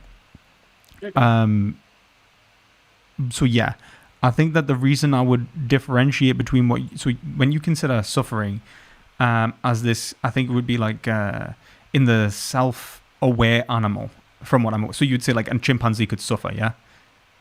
Yeah, absolutely. Yeah. I'm glad I am interpreting you right. So you would see that mediation that happens in the chimpanzee as morally, as the moment of moral evaluation. See, I think that the experiencer that we're considering, the subject, had to exist consciously, like that consciousness exists, and the value of that, the evaluation of that experience exists prior to allowing the chimpanzee to then form higher order modes of suffering, if you want to call it, in which like chimpanzees can and even just higher order mammals, like higher mammals in general, like even cows and stuff, they can grieve and things like that. Like they can have emotional responses which are more complex. Where it's like you wouldn't probably see a spider grieve. You know what I mean? It's like, why did I kill this fly? So I think the spider example kind of makes a good point. Is that so I agree that there had to be some kind of pain, quote unquote, before we reach the stage that the chimpanzee is at. But it seems very trivially easy to just describe this as just understanding negative external stimuli, like the spider. The spider is going to recoil at things that perturb it from its path of whatever it's doing. And then somewhere along the way, we get to things like chimpanzees that aren't just recoiling and reacting to negative external stimuli. They also have a kind of a present experience there. Well, And this so is sorry if I may. I'm not being rude, am I? No, you're fine. You're Okay, fine. okay. If I may, I will say I think they are the same thing, but to varying degrees of complexity. So it's not that the chimpanzee's not having. It's like this. I had a debate with a PhD in philosophy actually the other day. He's doing a PhD in philosophy and in analytic philosophy, and he was trying to say to me, "Well, look, what humans have is more of higher moral order because they have what the animal has, and also this kind of more developed reflexive existential response." So like a human can like suffer existential dread and so is more valuable than an animal who, let's say if they're both stabbed, one might have like, what about my wife and kids? How are they going to survive? And whilst one might just be like, ow, you know? And I think that it kind of misses the point. They are both having the same sense experience.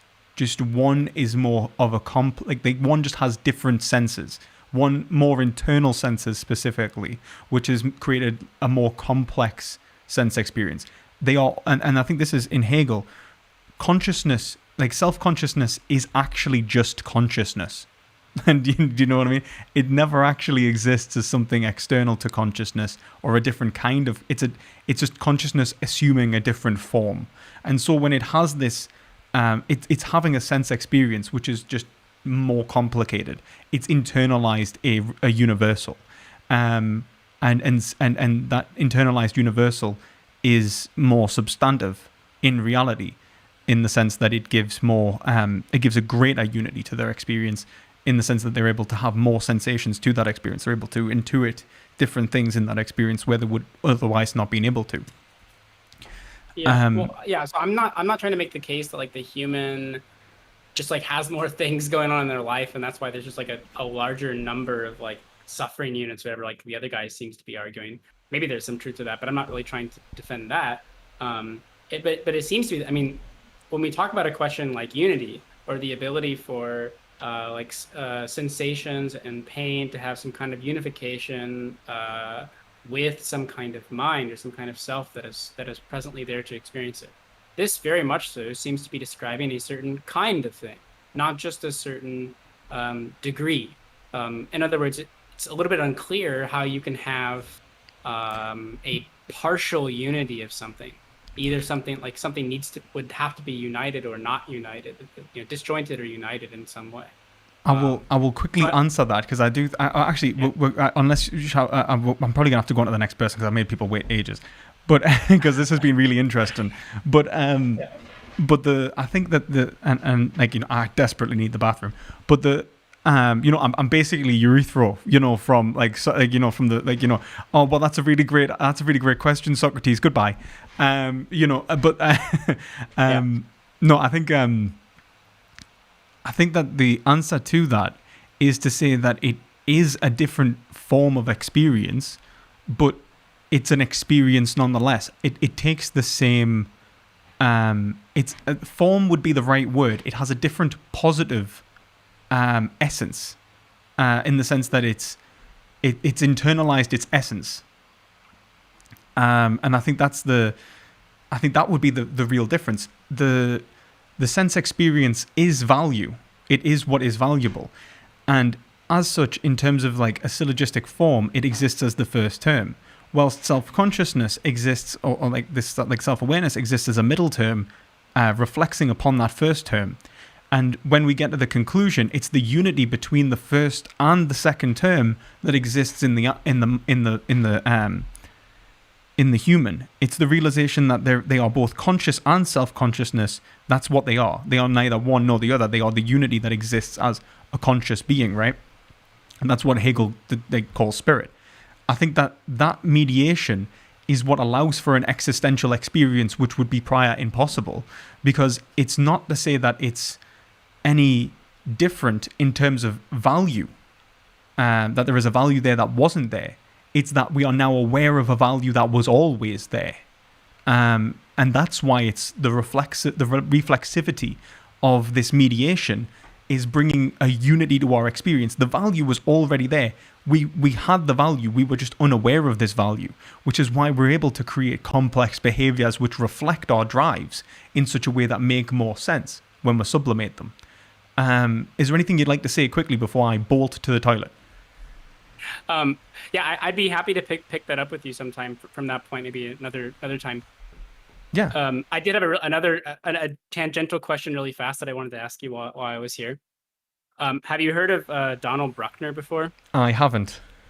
So he makes, I'll just do it really fast. Just want your like lightning round thoughts, I guess. So he makes an argument that strict veganism or vegetarianism is immoral. He basically argues that you should eat roadkill whenever you have the ability to, Right, because okay. if you have slightly less plant consumption replaced by the roadkill, then like the cultivation of plants would have like killed some like rabbits and field mice. So Yeah. you actually shouldn't strictly like cut off meat from your diet. You see, I would probably respond to that saying that you would have to consider yourself and your own health for one, and that you have a greater responsibility to maintain yourself and survive. It's actually very Um, healthy. Like if we assume it's healthy, would you support it? Not necessarily, because I think that you should also support vegan industry just for the fact that it changes the norms and conventions of the state. And when you're changing the norms and conventions of the state, you're also creating a more suitable environment. I don't think there's anything wrong with Fair it. enough. I think that it's probably more ethical in terms of act-based ethics, but in terms of deontological ethics, also in terms of normative ethics, I think that it's probably less efficient at bringing around a greater overall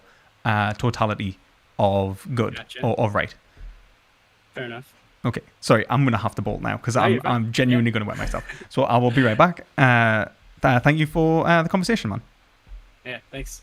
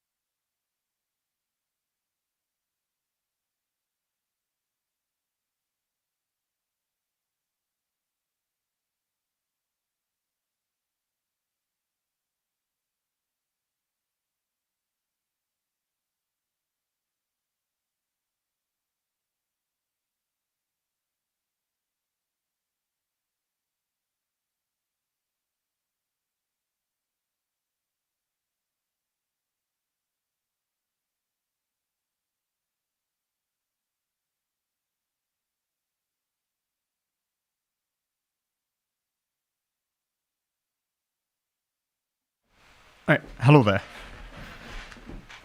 Right. Sorry about that, guys. I was unbelievably desperate for the toilet, like all of a sudden. It was just like just too much coffee too quickly, and here we are. Yeah,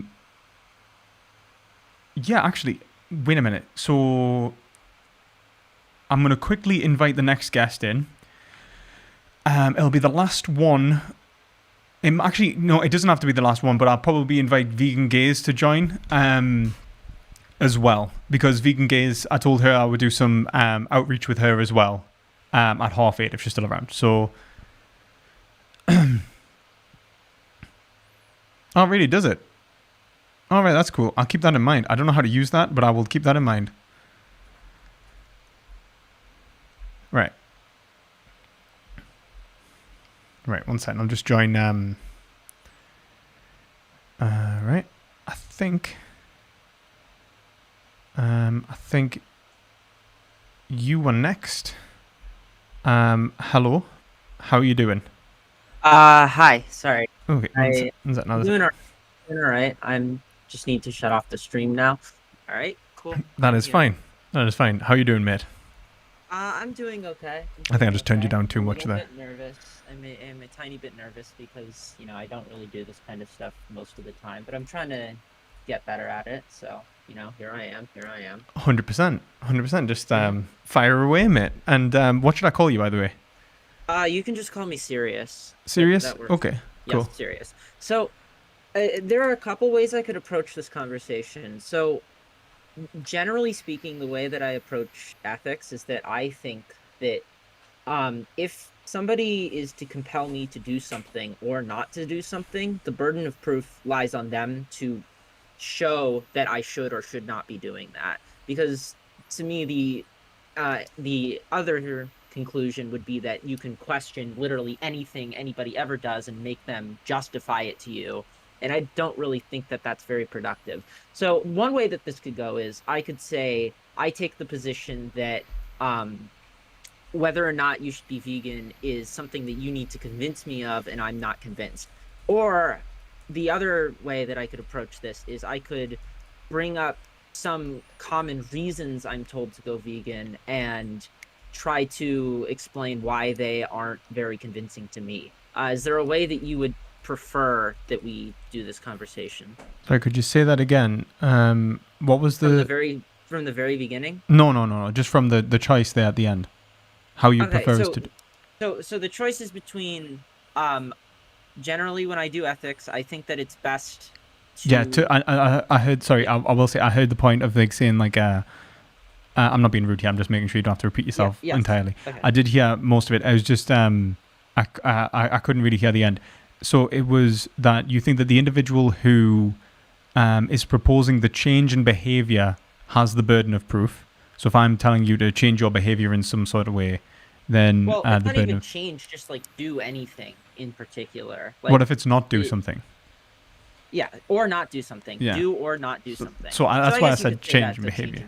Yeah. Sorry. Yeah. But yes, the other choice was that I could go through some arguments I've heard people on the vegan side of the debate make and explain why I don't find them very convincing. That's the other thing that I could do, and it would just depend on how you want to have this kind of discussion. Well, that's up to you. I mean, is it like, so I'm happy to say why I think you should change your behavior and ethically. I think that you are committing a unethical action, and by that I mean you are doing an act which is irrational, which seeks to express your subjectivity, your desires, whilst actively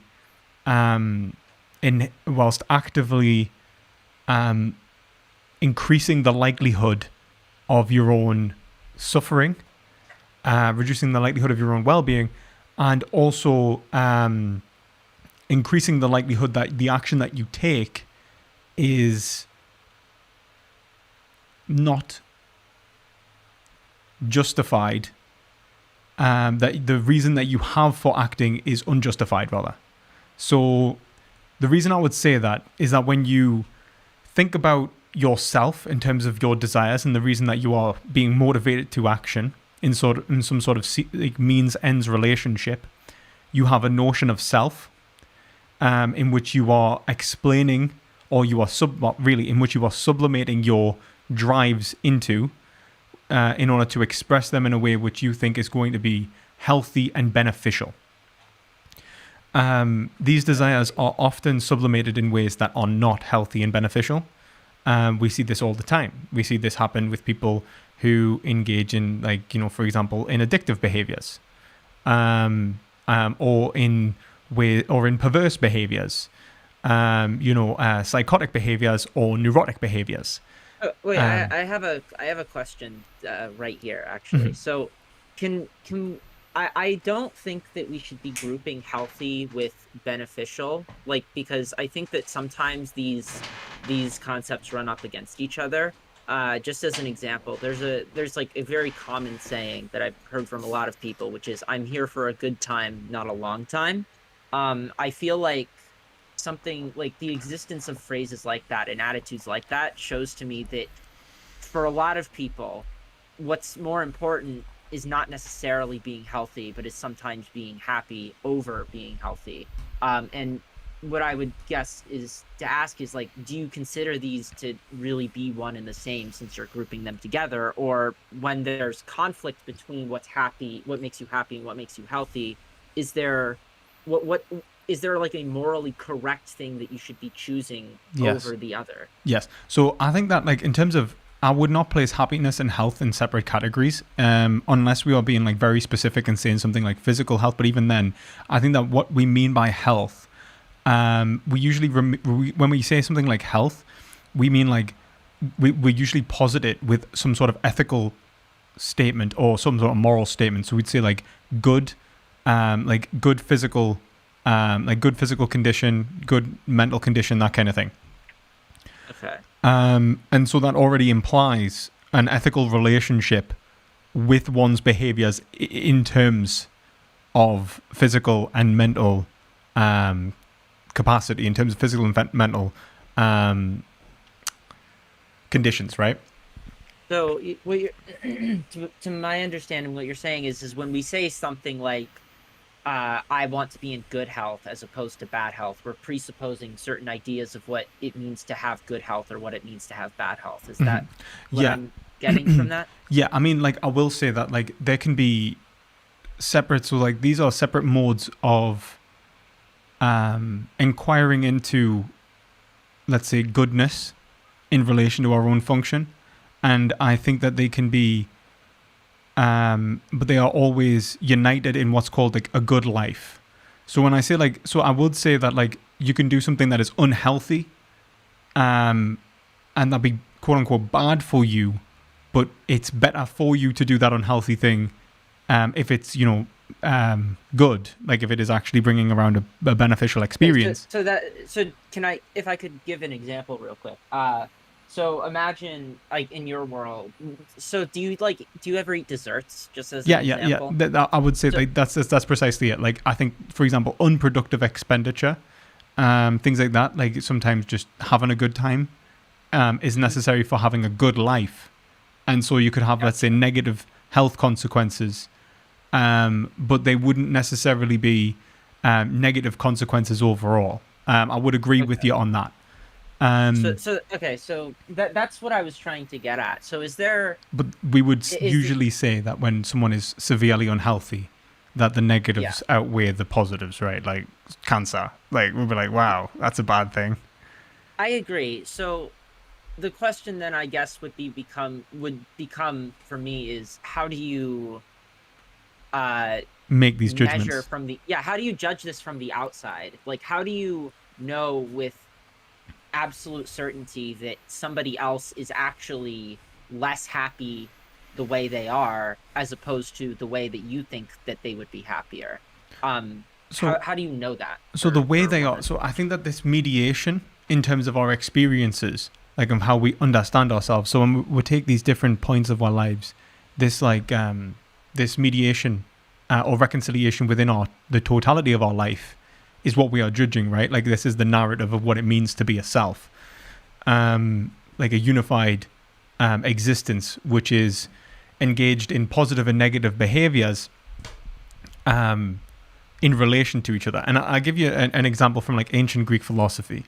So in Gorgias, Socrates proposes two individuals, and this is why he says pain and pleasure cannot be the principles themselves, but must be governed by some sort of other principle that exists higher than them to allow us to engage in a way of life which is more beneficial, right? It's more like capable of having us live a good life.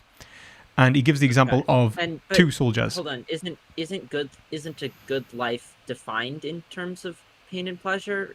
Well, it would be like the how much pain and pleasure in what ratio and how often. So it'd be like the totality of our experiences, not just a single experience, right? So he gives the example of two soldiers.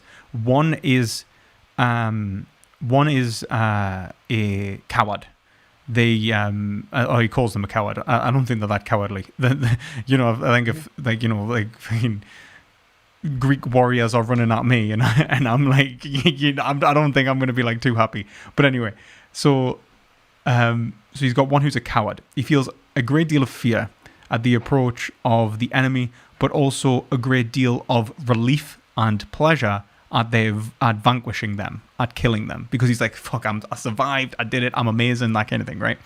The brave man feels less fear and also less pleasure, because like he's not feeling that intense relief, he's not feeling the satisfaction of killing them, because he wasn't having that action urging process as immediately and as strongly as the coward. He's having less of a positive response. Yet Plato would say, well, we would all agree, as Plato would say it, or Socrates rather, that we would prefer to be the brave man in that scenario, because one, it allows us the greater likelihood of survival, and two, the mediation, like having more pleasure, might not be worth having that kind of pain. Like the pain of the fear might be so gripping that it would be worse than, it would be too bad. It wouldn't justify having the pleasure response. It better have a lower both, which was a much more mediated, or much more well-mediated response. And that's precisely where I think ethics comes in. Ethics are the principles which allow us to live a good life, which mediate these separate parts of ourselves, like where we go like, okay, we should eat junk food sometimes, but not all the time, because we want to have a life which is enjoyable, but we don't want to have a life in which we suffer more than the enjoyment we have. And the way that we understand these principles are in the formulation of self and a self-identity. And this identity, I would argue, exists in culture. It exists in society. It's not something that we find that we have some sort of inherent self-knowledge. It's something that we are developing. A lot of the time, even when we exist in this sort of cultural self, which we've internalized, it comes with a lot of like negative baggage. For example, if you are born, if you are like not born, but if you develop into a coward and not a brave man, you may seek to change that about yourself. If you develop into a drug addict, you may seek to change that about yourself. If you develop into certain negative behaviors, a lot of the time we can be aware that these are negative to us, and engaging in like some sort of already preconceived notion of value, we would be dogmatic and self-destructive, right? Which is why like we can get like suicidal and all this sort of stuff, because we're like, wow, it's just not worth living, right? I would say that the only way... Just a quick side point. Yeah. Do you think that... would you say that suicide is always irrational for that reason, or do you think that it is sometimes rational to want to commit suicide? It depends on what you mean by suicide. I mean, if you like, so for example, I think you can make a judgment based off your life narrative. That would mean it would be better to die. Like, so for example, euthanasia. I think that I think that's justifiable. I think that depression inhibits one's own rational capacities, and it's one-sided. And I'd say this is exactly the difference, right? So the individual who commits suicide rationally is not relying upon simply their own judgment, but an objective judgment about themselves. They go to other doctors, they ask other individuals, they understand the condition they have, and they reflect upon whether they are going to experience a pain-pleasure response that they are yet to experience, but can self-associate with. So the knowledge of this experience doesn't come internally, it comes externally, and they internalize it. And that is a rational response. The suicidal individual who's acting impulsively is going inside out. They feel as if life is not worth living. They do not necessarily question whether they're being rational, and whether this response is perhaps a unjustified response. Maybe they should go and seek therapy and try to overcome these problems and these behaviors that are causing them these problems, right? And the contradiction that exists in themselves. And I'd say that's precisely the difference between what would be a subjective ethic and an objective ethic. An objective ethic relies upon an objective notion of self, whilst a subjective ethic relies upon a subjective notion of self. And so when you say, like, why would I engage in ethics why should I engage in ethics? I'd say for your own good. And the only way that you can know that is by engaging in an objective ethic. And if you notice, these objective notions of self don't contain, they require self-association. They require the individual to associate with a universal notion of subjectivity, where I can go like, I'm a human, I feel pain, and I can make these inferences that because I'm a human and I feel pain, that if I smoke, I will develop lung cancer, and that lung cancer will be painful and not worth the pleasure I feel when smoking the cigarette. And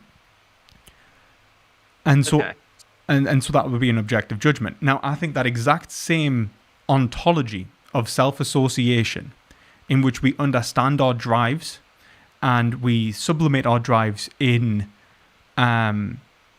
beneficial ways, requires the association not simply with humans but with animals, because the sense experience that we associate with humans is the same sense experience that we associate with animals.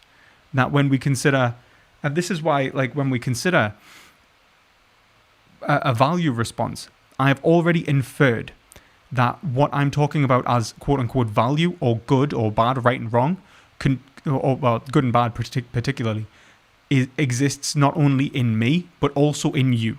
And so I can also see that exact same value response, because I'm associating subjectivity with itself. I'm associating my subjectivity with its universal. Objectively, I see that exists in the animal as well. Wait, just to be clear, I think I agree that animals have subjective experiences and are capable of feeling like pain and pleasure and stuff like that. Cool. I just wanted to interject that in case you were going to like justify that to me, because I already agreed. No, I was hoping, I was assuming you did. It's rare that people usually deny animals feel pain, luckily, unless some sort of sick Cartesian comes around. But that's good. I'm glad. What I was really saying is that your notion of self already contains a notion of what is in continental philosophy called otherness.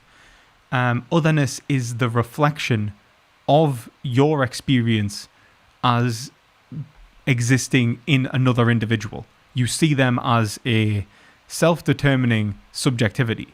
And as soon as you do that, you've entered into an ethical relationship with them. And we do that with animals. We already acknowledge that they are subjects, they feel pain and pleasure. And so when we acknowledge these universals that we use to examine and have good lives, and even just sublimate our drives at all, I think they exist even implicitly in our institutions, in the development of our cultural psyches. We already contain the otherness of the animal. And I think that this is instanced in animal rights laws and so on. Sorry, continue. Yes, yeah. So what I would say though to this again, I guess, is so currently we live in a morally deficient society, I guess is what I would say, as far as like the institutions that exist, insofar as they recognize like the moral worth of beings, both human and non-human. Would you agree with this so far? Yes. And I think that we can kind of talk about why, but I want to hear why you would say. So I would agree with this. So I think that like so here's I guess where I'm trying to go with this is that there are a lot of things that we would say are not good to be doing, that we still kind of implicitly support through our action. So just as an example, Yeah, I would agree. imagine in the 1800s, you bought like, I don't know, a cotton shirt. But the cotton that was made from the shirt was made from cotton that was picked by southern plantations, which of course used chattel slavery, right?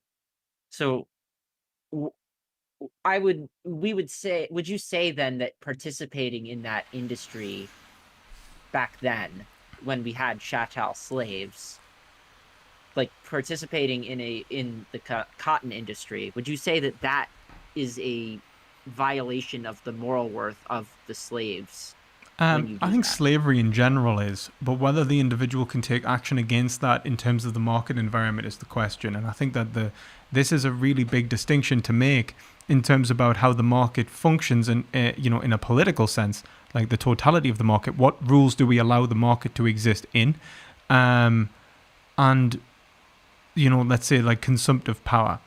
I think that one, in terms of chattel slavery, there was actually movements which I think were ethical and well-founded. If you look, there was boycott movements that started popping up. Actually came from Quaker movements for the boycott of slave products in order to try and change the market environment. The reason that they weren't successful, at least so successful, is because people became disinterested in the sense that they were unwilling to take action politically, like continue and sustain the effort. It wasn't that it wasn't it's not that it wasn't actually a functional way of doing of bringing around political change. It's rather that it was really not engaged with enough.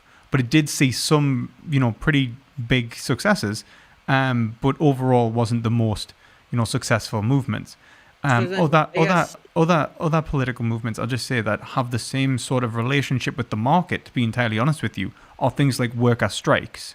But it operates on the supply side rather than the demand side.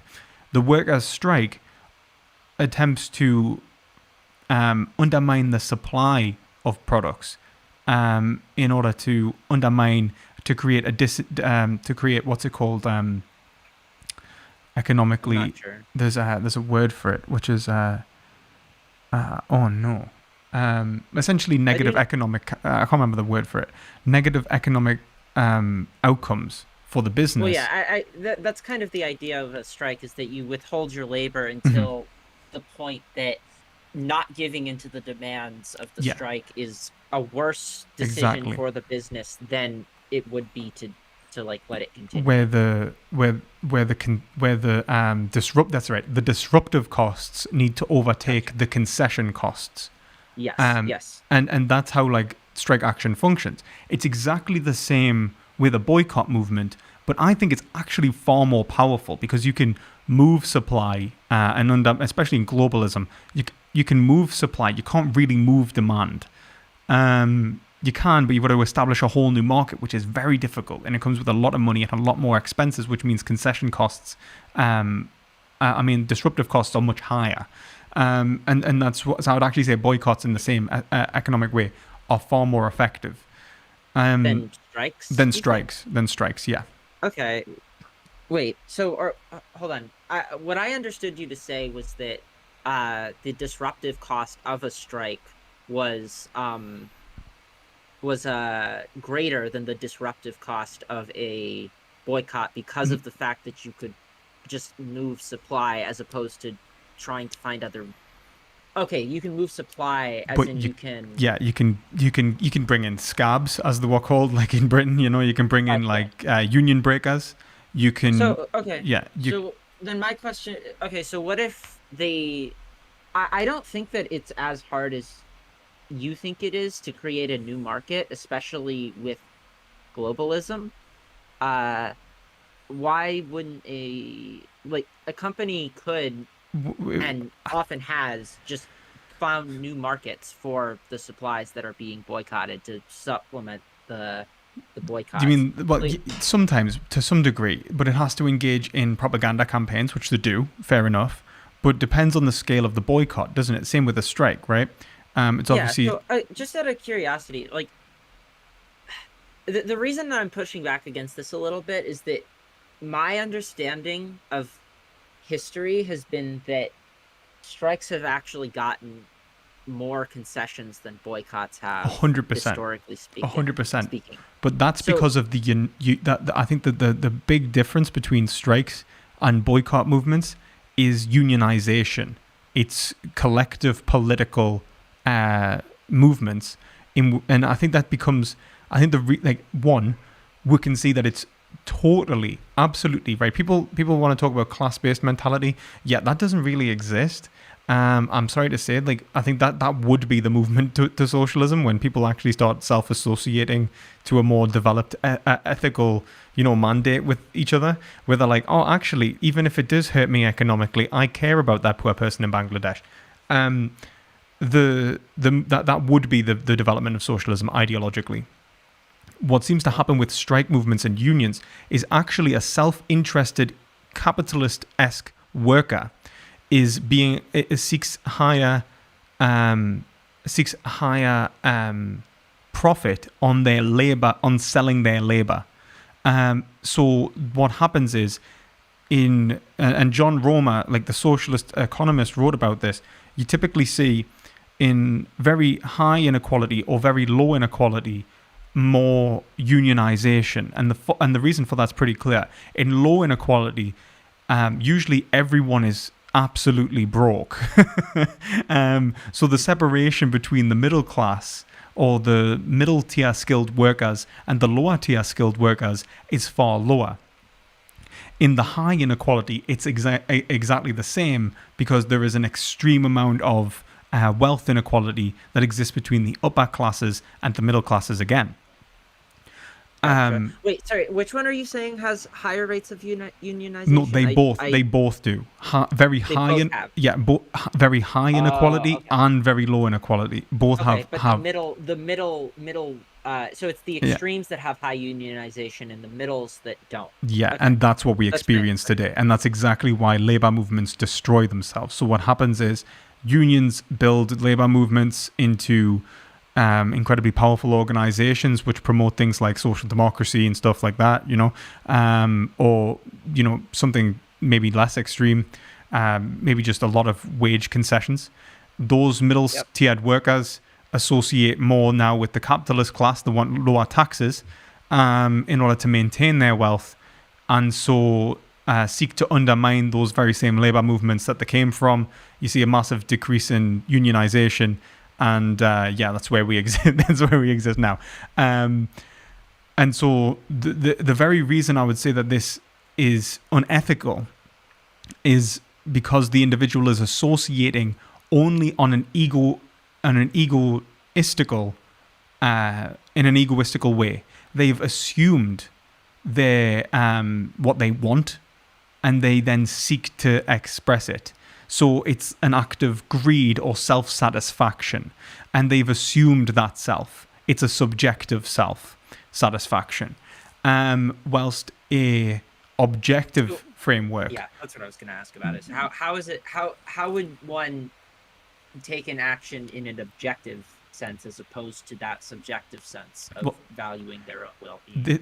This becomes the class consciousness in Karl Marx, but I think it develops past that point in terms in which is the dissolution of class in communism, where the class mentality breaks down altogether because the individual doesn't associate with a particular group of individuals, but associates with individuality itself, with subjectivity itself. Now, obviously, Karl Marx only saw that in humans, from what I'm aware. But I would apply that to animals. Once we reach a point in which we associate not just with what brings us, self-satisfaction, but with unified satisfaction. What's good for me. Because we usually we don't even do self-satisfaction. Usually, it's what's good for me and my family. What's good for me and my country. And we usually have degrees of self-interestedness. You pointed out before, and I think it was pretty well observed, our society seems to be pretty morally bankrupt. And I think that's because we've lost institutions which gave us a sense of unity. those were a lot of the time either worker based or religiously based institutions in which we associated the self with not just my interests but a collective interest. And that's why we're morally bankrupt today, because we act in an individualistic way, and that is exactly what capitalism perpetuates. And so Yeah, sorry. so you think that veganism is necessary because it's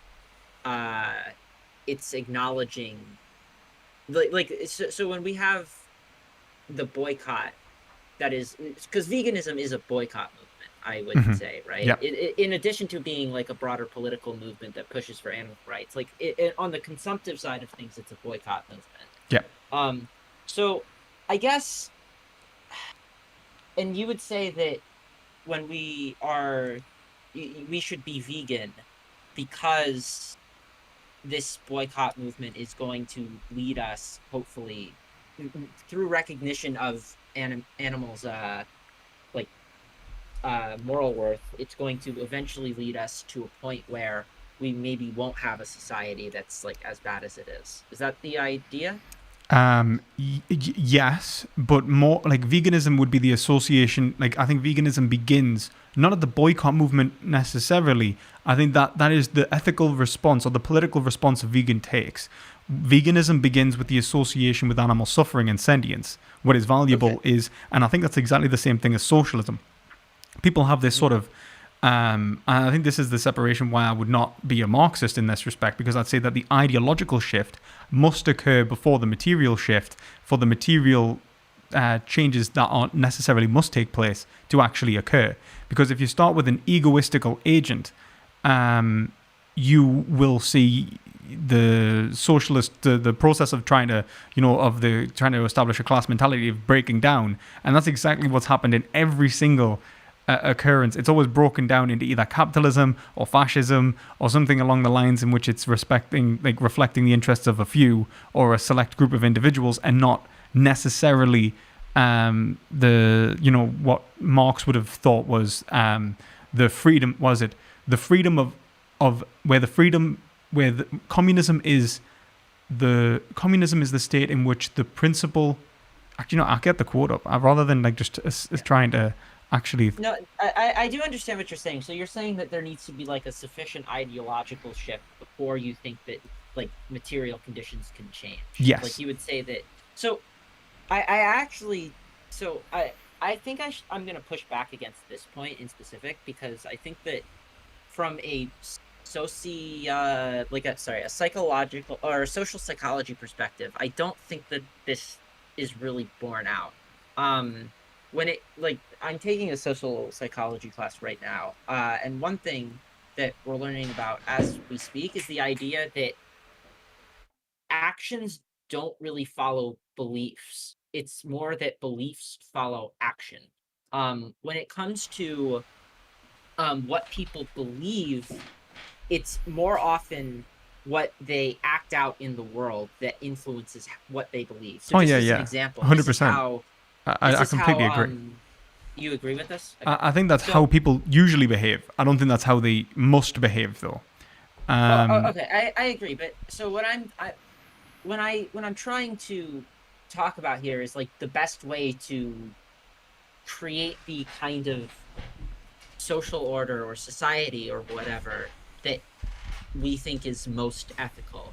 So like when I say that beliefs follow action, I think then that the proper response to that would be that we should seek to change society such that not such that everybody thinks that eating animals is wrong, but that our primary goal should then be to create a society where eating animals isn't something that people can do in the first place. And obviously there are different ways that you could do that. Like you could outlaw the meat industry, you could do yada, yada, yada.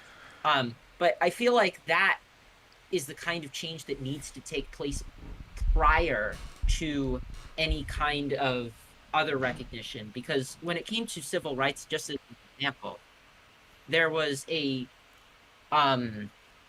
when civil rights legislation in the United States at least was passed, there was not widespread support for it. There was support, but not widespread. And it was only over time after civil rights changed that people began to adopt the idea that these civil rights were important, because they were forced via like government mandate to enact these behaviors, and through their enactment of that said behaviors, they came to believe that these behaviors were correct. Yeah. So but, the thing is that with that scenario, what you're really saying is that there exists like an ideological development that led to the civil rights movement, which before the government existed, like before the government mandated the change, was pushing continuously for mandate, which is exactly what Martin Luther King, and I can't remember the organization's name, NW, I think it's like NWA. I think it was NWA. Hold on. I know that it's something. Do you mean NWA is a hip hop? I know the band. I know, but I think it might actually be. It was like NW. It's because it's a weird. It was similar to the hip hop group in terms of its, not in terms of its actual meaning, but in terms of the anagram. Okay. Legislative.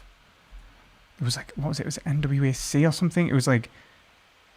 It was something like that. Anyway, Anyway, I'm not going to. Do you mean the NAACP? That's it. NAACP. There. I think that's probably it.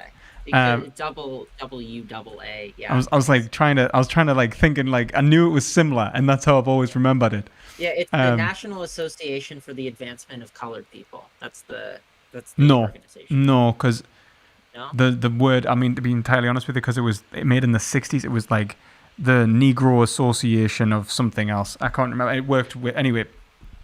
I think. Sorry Yeah. for derailing that, but I get your point. NAACP might have been. I don't know. I think that it was definitely anyway. Yeah. Anyway, like, there was quite a few of them anyway. Though are pushing for legislative change. Yeah. So there was an ideological shift in so this is kind of like why even in the Marxist sort of framework there requires this group of individuals who are acting on an ideological basis in order to force some sort of political mandate. The difference is that what I would say is that this political mandate gains acceptance at so this group gains acceptance at a political level, and then it's distributed among the institutions of the state, right? Now I think that can't be forced. And if it wasn't accepted to at least a democratic level in which individuals are willing to accept the rights and considerations of others, then it would lead to civil war, which is what happened in at the time of the American Civil War. Yeah. And that's why it ended up being forced, and that force didn't actually they didn't stop slavery. Even when, if we're being honest with ourselves, the war didn't stop slavery, because it did officially stop slavery, but I mean it re-emerged as the Jim Crow laws. So can I say though is that what I could say to this is that the reason it didn't stop slavery is because Reconstruction, which was meant to put these things into place, was massively rolled back once Lincoln was assassinated and his much more moderate you could say vice that. president. I think I think you could say that, but I think that, and to be entirely honest with you, I think that the ideology of the states itself would have not only would have only resisted this using state legislation, but also those individuals within the state. I mean, the fact that the KKK existed en masse and people were just lynching black people. It wasn't like there was no notion of the equal consideration of black people in the South after the end of the war. That ideological development had to occur on its own. You can't force moral progress. And that's the Hegelian point. like when you try and force moral progress, it's like, look, like you go to Afghanistan, you invade it, you try and make it democratic. They don't want democracy. They don't understand democracy. They're not necessarily interested in democracy. They're not going to be democratic. You could try, you could do whatever you want. You know what I mean? It doesn't matter. You can't force moral progress because the freedom of the individual and the free choice of the individual exists outside of the force. So even if you do force them to do it through legislation, eventually you're going to find it is either on smaller institutional levels, you're going to find increased levels of prejudice and institutional and systemic prejudices and stuff like that. So no, I don't think that you can even force this. And you know, like, this is why the civil rights movement had to happen in the first place, because really like the development in terms of the ideological development of the state had to continue on for a few hundred years. Okay. Oh. Yeah. And just to say one more thing, I think that when you look at them, like, you know, how individuals engage with their behaviors, they usually do engage with ideology as a way to justify their behaviors. So they have a way in which they wish to consume, and then they justify it with an ideology. The thing is, the way that just to interject, yes, that's very true. People tend to act first and justify themselves later. This was something that there's a reason it's called moral dumbfounding. It's like they have this idea that they have ideas of what's moral, and then they invent justifications afterward for why they believe those things. So yeah, somewhat. I think that ethics exists in the institutions of the state and how they've already sublimated their drives. They already have the preconception because of what they've been taught heteronomously from being children and as adults and through education. But this does get questioned, and this is what ideological development is. It is the reflexive response in which an individual questions why they are making these excuses. That's actually what they're doing in terms of ideological development. And that's why, like, you know, the individual, when it's like moral dumbfounding, it's not that it's more of like calling into question the preconceived justifications that exist within the institutions of our state. That's why, like, when a vegan talks to a meat eater, a lot of the time they go, you don't need to do it, it's not necessary, it's not it's not natural, it's not necessary, it's not normal. None of these are justifications for your actions, which is why, like, you can call it into question. And you call it into question these preconceived responses. But the thing is that this doesn't mean that morals don't exist, or in an ethical way, or ethics doesn't exist. It just means that ethics, like, usually people's preconceived notions justify their already sublimated desires. And so ethics exists at the point in which we decide how we sublimate our desires and drives.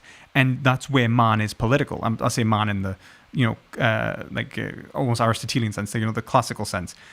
Why humanity is political. The human is political in the sense that they are reevaluating their subject-object relationship with the world, and that then structures themselves and disciplines them in such a way that they no longer engage in negative consumptive habits. And so, like, that's exactly what I would say veganism's trying to do. You take the individual. Sorry, continue. Yeah. So what I was going to say is that, so we're at this point now where we have this idea that, like, being vegan is, a good thing. The question then becomes, at what point do you say a consumptive habit that is good becomes obligatory as opposed to supererogatory? Okay, so, I would have already said it was already obligatory. It's not to say that it's not obligatory. The force of its obligation exists in the lack of justification for the consumption of animal products, which is where veganism comes from. It doesn't come from the, I like doing this, this is kind of good.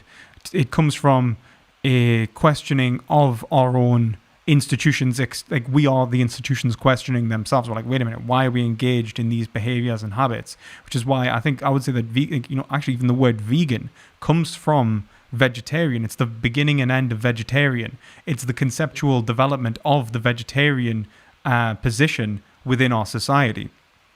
And so the rational development of veganism is already in terms of is already institutionally embedded. It is the challenging of dogma, and so it's already obligatory. The issue isn't trying to show the issue is trying to demonstrate the obligatory force or the nature of this obligatory force to other individuals who are unwilling to self-associate with another group of individuals. It's like, to be entirely honest with you, I don't think like at the time in which the United States was rejecting slavery, most of the world had already rejected slavery, as in most of like the developed world had already rejected slavery. The arguments were so unbelievably developed that the United States was lagging behind considerably, which is why there was a lot of external political pressure to the scenario, right?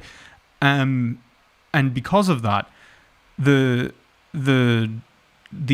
what seemed to happen is that there was the development of the institutions within the state led to a group of individuals in the north that opposed the group of individuals in the south as having two separate institutional formats and developments.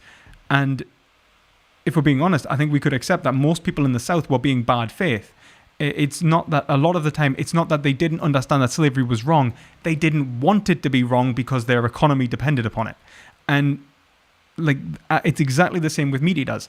A lot of the time, it's not that they if you talk to the average meat eater, they'll be like, oh yeah, it's right. Like it's better for the environment. It's better for my health. It's better, and I care about animals, except I really like bacon. It's not like a realization that there is an obligatory force. It's not that there isn't the obligatory force. It's that they're not willing to accept the obligatory force. And that's an action of bad faith. Okay. So then, at that point, why is this true? To what extent is this true of all industry? As in, like, in terms of the system in capitalism? Yeah.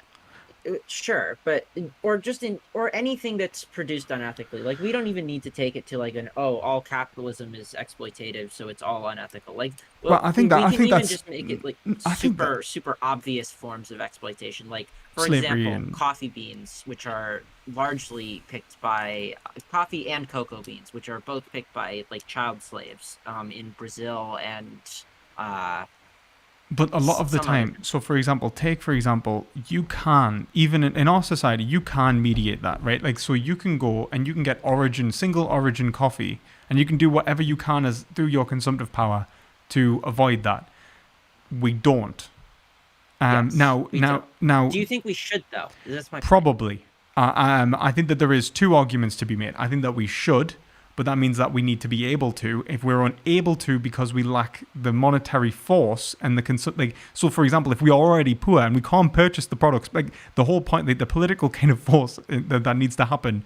The reason why like most revolutionaries see, the left is revolutionary in the first place is because the power lies in the hands of the capitalists to modify the system in terms of consumptive power. They have the consumptive power whilst the individual lacks not all consumptive power. And I think that this is the distinction I'd like to make between most leftists, that they don't either like all consumption and capitalism is unethical. It's like, yeah, but you also have consumptive power. But anyway, like you do have some. And you can do and so some actions and some boycott movements can be successful, but can you undo and boycott the entire state in terms of you're not going to have the economies of scale. You're going to be competing against monopolies and blocks and the way the market will function. You'll be legislated out of power. The power structures in society will have regulatory capture. You'll be regulated out of being able to compete. And this is why most socialists argue for revolution. See, I think that there is a definite need for political change that has to happen at the point of in a non-economic way, but also in an economic way simultaneously. And I think that's where market socialism would kind of develop. So, for example, you need not only the development of fair and more free state institutions, but you need the same development economically within the market to distribute capital in a way that would increase the political force of the proletariat, which is why I think the revolutionaries, not only do most of these countries suffer incredible economic collapse when they revolt, but then and have to rebuild their economies. I mean, Russia was kind of a different state because it was already suffering economic collapse when it revolted, right? And it was already, and people don't realize it had already begun industrialization prior to the Bolsheviks taking over. And so when anyway, we'll not get into the politics of the USSR, but the thing is that if you're in an already established economy and all of the money leaves in a globalist economy and it's not necessarily based off production, you're going to need new demand. If you don't have anyone that can afford the products, then you're not going to be able to have the demand. And this is exactly why there was that kind of forced work in the USSR for the agricultural class. How do we get the agricultural class to give the industrial worker food? Because the industrial worker right now has nothing to exchange, and the way that they kind of resolved that was like, we just make them, and this is like how you managed to build their economy back up, in many ways. And in some respects, it was necessary. Like, if I'll be a liar if I said like I think that you could just let people starve to death, like. You just had to take the farms and make the food, right? Like there was no way about it. Otherwise, everyone's dying. But it's a very unique circumstance. But the thing is that the reason I'm bringing this up is because the change in the entire economic system versus fighting one market is not comparable, right? So if I were to say the reason I would say that veganism takes priority here is because we could make small changes in capitalism through small legislative changes, and we'll do this, right? We'll vote for political parties like the Labour Party or the Democrats and all that to create like small measures of legislation which increase the quality of life of workers and increase the fairness of the state. Now that is basically liberalism. But then if you were to take something like what socialism wants, it's impossible through these measures. Now the measures alone, I think they need to be economic measures. But now the vegan mandate is just the dissolution of one market really. It's just the disruption of demand for a single kind of product rather than the entire system of products, right? We're not talking about changing our entire relationship with in terms of exchange, in terms of how we understand property and the limitations of property in a very political and foundational way. We are talking about buying one product or another in the same economic system, and we have that political power already. We don't need to somehow gain more political force in terms of politics by maybe getting something like proportional representation. We don't need that. We don't need to establish a working model for a workers' cooperative that can generate wealth against already established capitalist mechanisms and then somehow maintain funding within that system in terms of investment. We don't have to worry about any of that. All we have to care about in this scenario is political solidarity around boycotting a kind of product and the dissolution of one market. And that's something that is 100% achievable, especially when we consider that most of these markets are incredibly subsidized already. Meat, dairy, and eggs are already highly unprofitable. The 60% of dairy profits in the UK, for example, already come from government subsidization. Now, can you give me a source on that? And also a source that tracks subsidizations over time to show that it's not growing on its own, it's this is the thing. Subsidization is a separate political issue, right? That vegans do attack as well, because you can stop buying it, but if the government is going to just pay them anyway. Yeah, so that was my question. Is one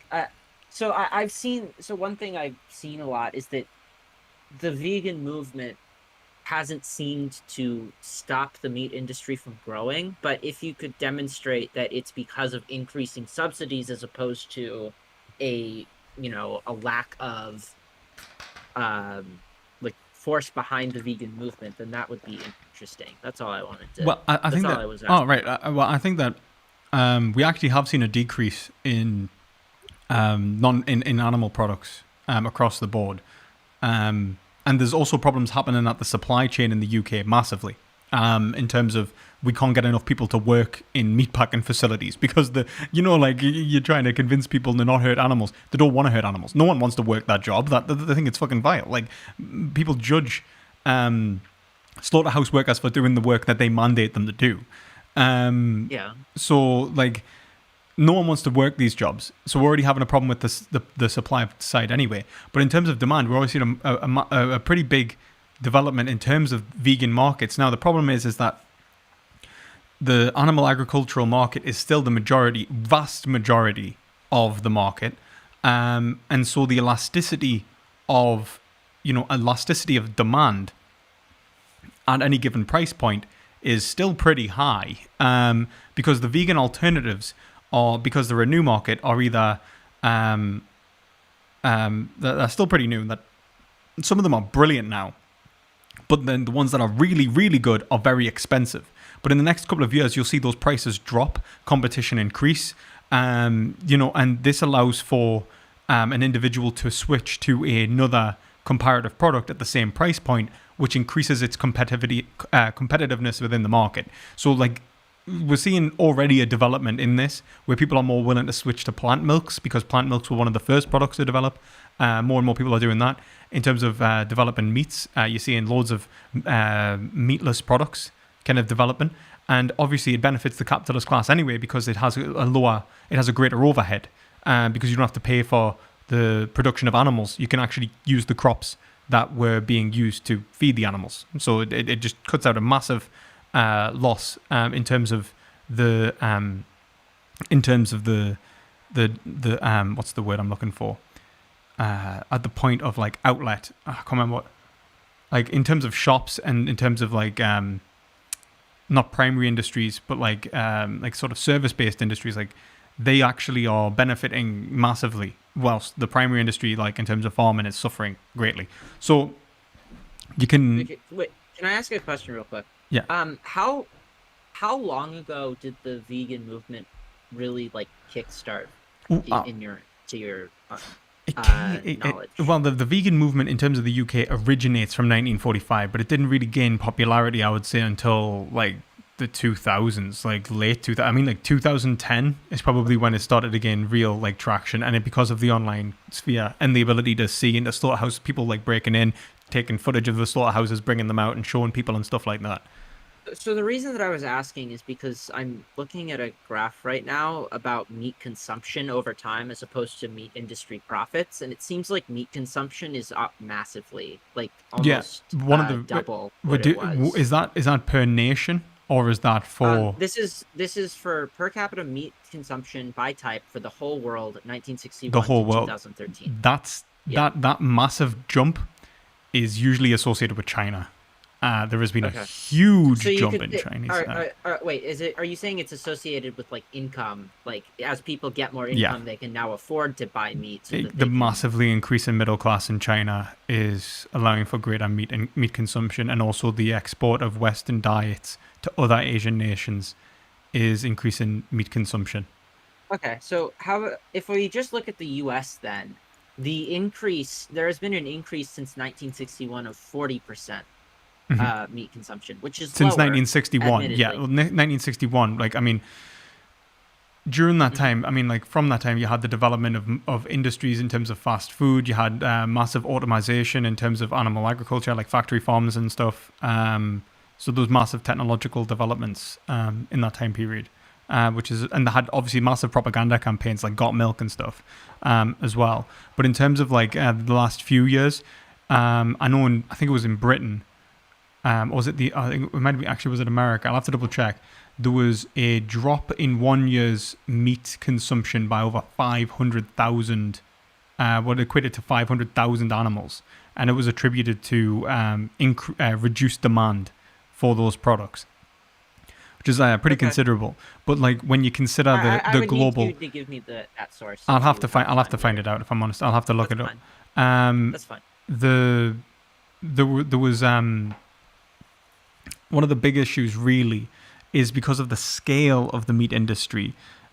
Smaller changes in the population, like the broader population, sometimes outweigh the effects of the minority not consuming it. Don't get me wrong, it would always be higher if both were consuming. So if 7%, it's estimated now about 7% of the UK is vegan, right? Up to 7%.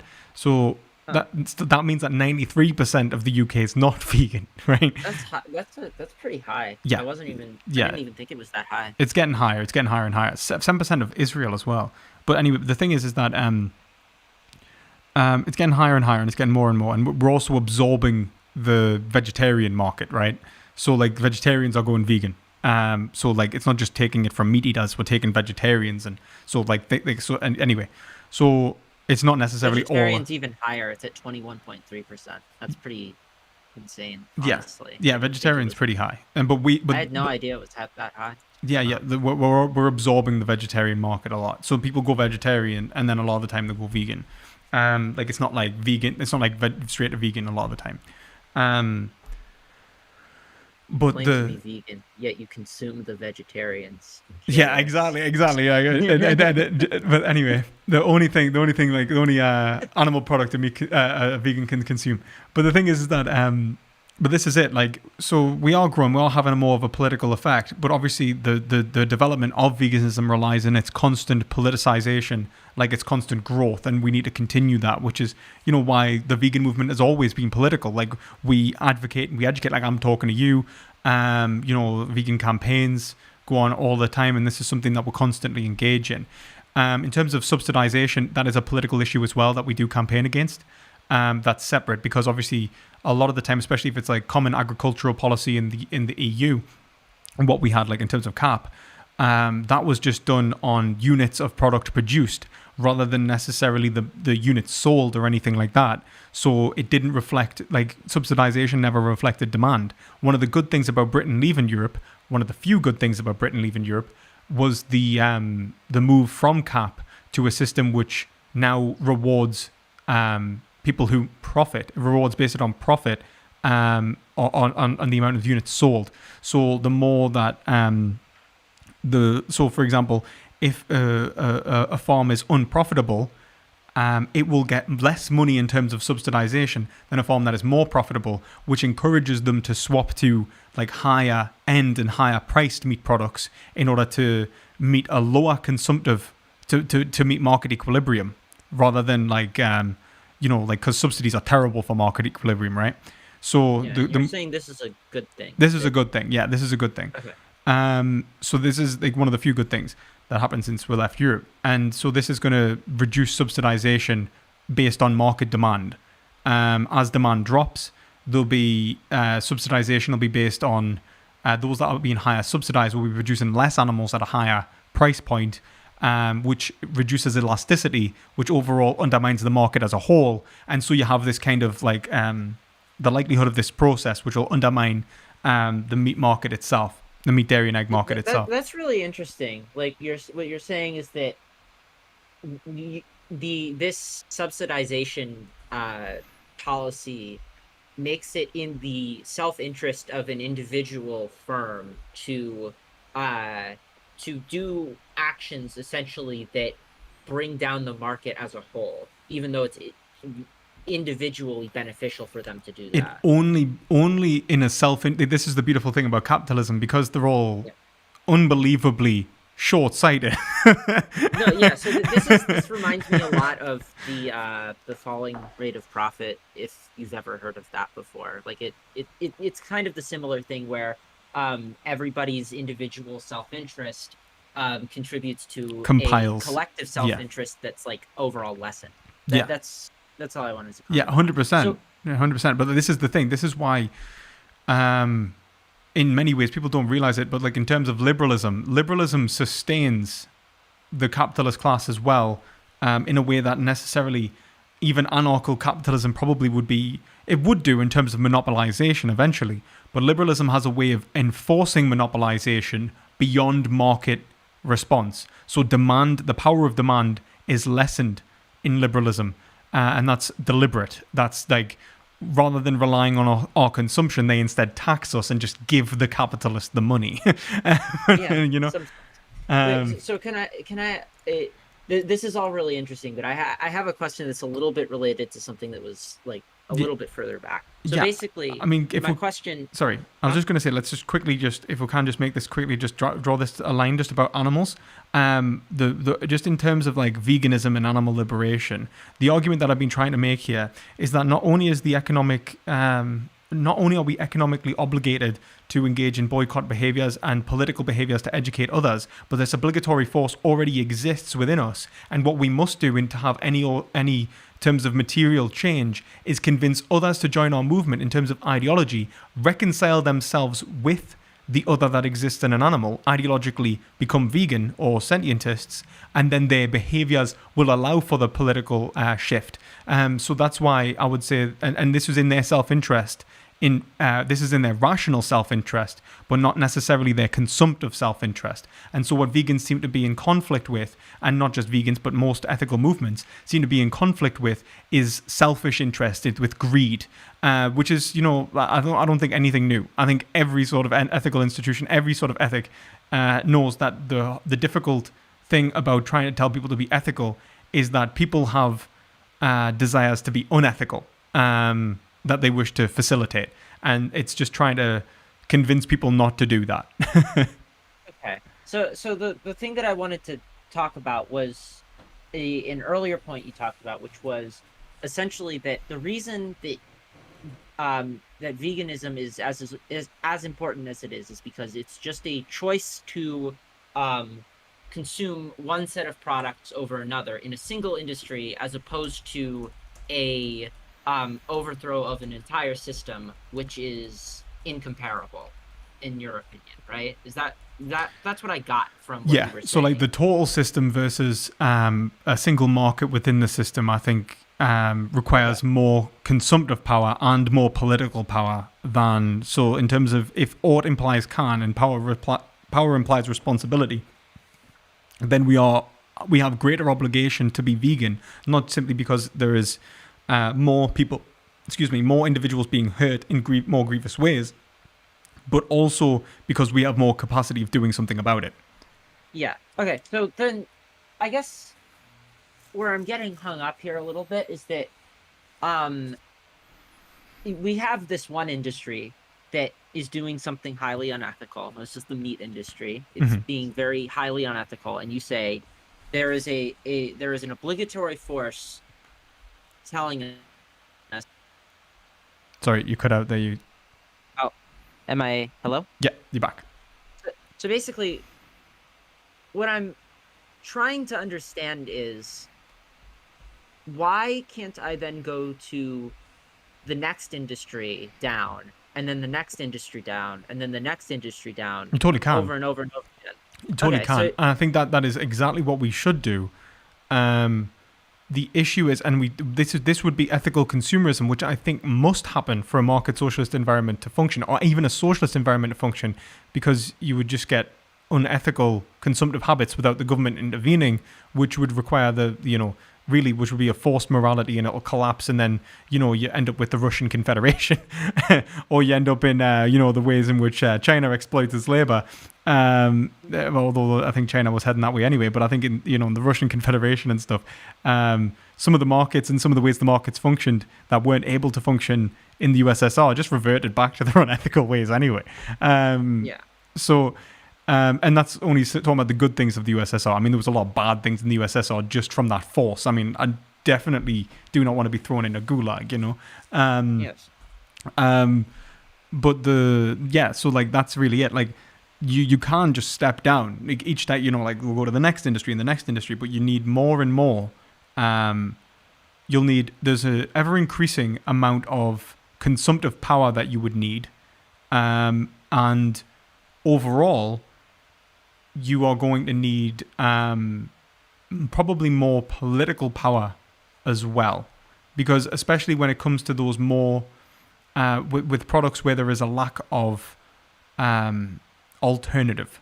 With meat, dairy, and eggs, there's an elasticity in which you can just swap to another product in the same market.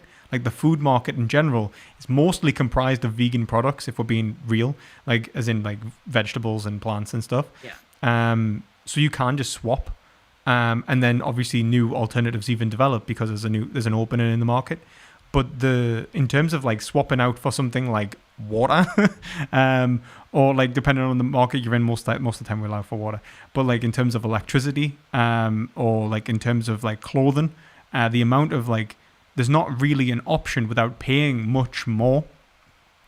And so veganism at least exists at a price point where most people can, for example, most of the poor actually can be vegan because it's actually cheaper to be vegan in the sense that you buy plant products like if you were to buy raw plant products like lentils, legumes, beans, and all that, it's actually really cheap.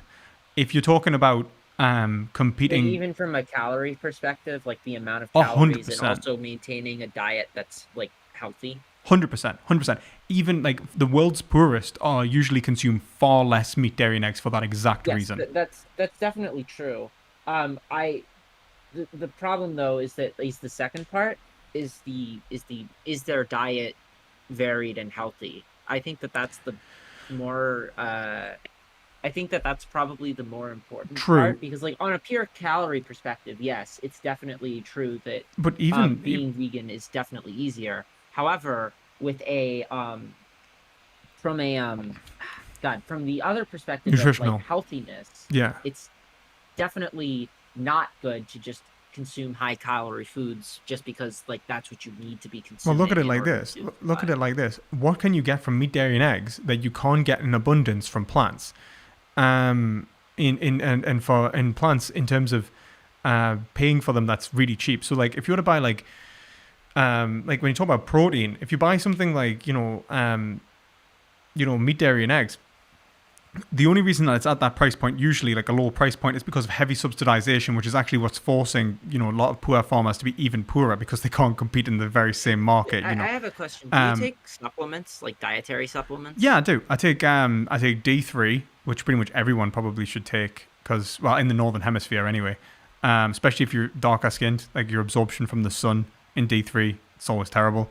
I was actually talking to someone who like they were Iranian, and they take D3, and their whole family takes D3 because their child, although like omnivorous, nearly died of a D3 deficiency, like in infant. I'm laughing because it's like oh my god, and so they have to take D3. You can get vegan D3 supplements, and you get vegan D2 supplements even, and you can your body can convert that. But if you didn't want to go through that process, you can just take the D3.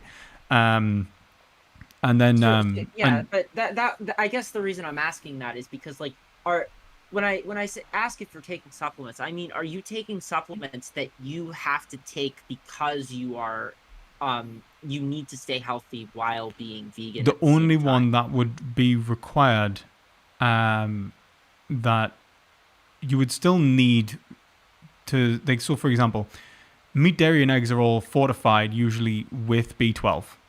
They fortify the animal food, or they inject it into the animal. A lot of the time, it's very rare that people eat animals that are ruminants that are actually producing B12 naturally these days. They're actually being fortified with it, from my understanding. So they're already being fortified. These foods are actually being fortified when the poor consume them. You just get the same fortified foods in terms of vegan products. So if you're buying a vegan product, it will be fortified with B12. If you're buying something like even vegan milk, it's fortified with B12. And that can be like soy milk, and that's cheap as hell. But if you can buy, and then you can also buy the supplements themselves.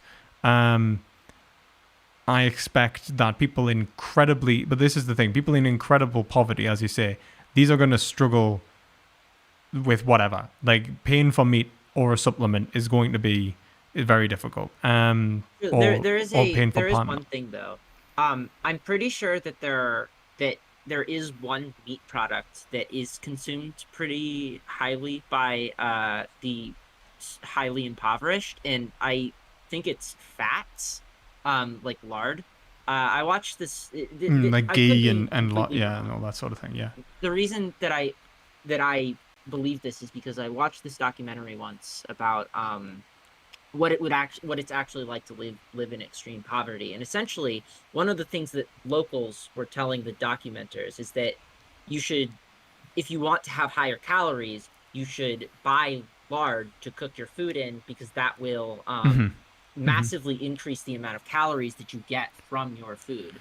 So I don't know if it's really the case that I think they eat no meat products, but they because I think they use fat in order to continually get higher calorie. You can kind of swap to the vegan alternative, which would be like, like for example, things that are like of the same price point or even lower as like from what I'm aware is things like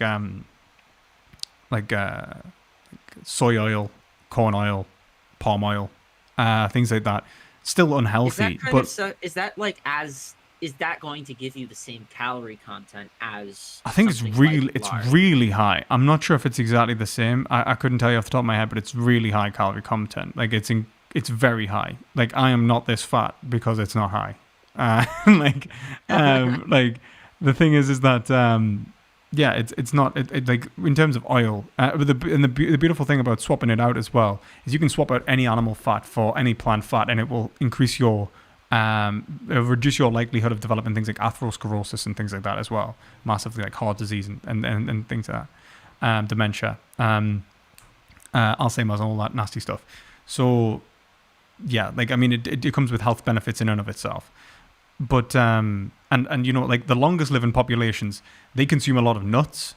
Like these are like the blue zones. They consume things like walnuts, cashew nuts, things like that, peanuts. Also, just to interject, you are correct. I just looked up.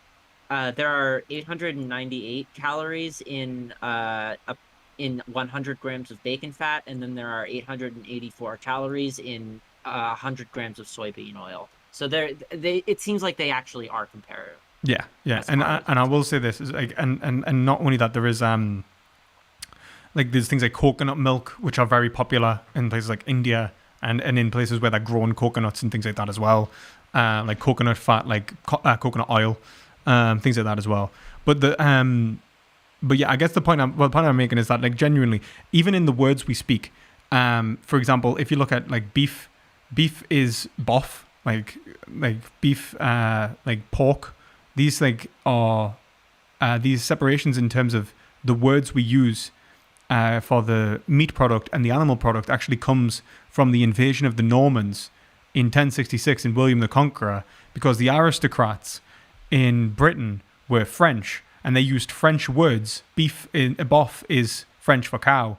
And so when they referred to the meat of a cow, they would say boff. And so the Anglo-Saxons who were speaking like a Germanic language, like Old English, they would refer to it as in the Germanic, which is much more similar to cow. And so that's a Germanic origin, whilst the meat is referred to as a French origin because of that price difference that's always really existed.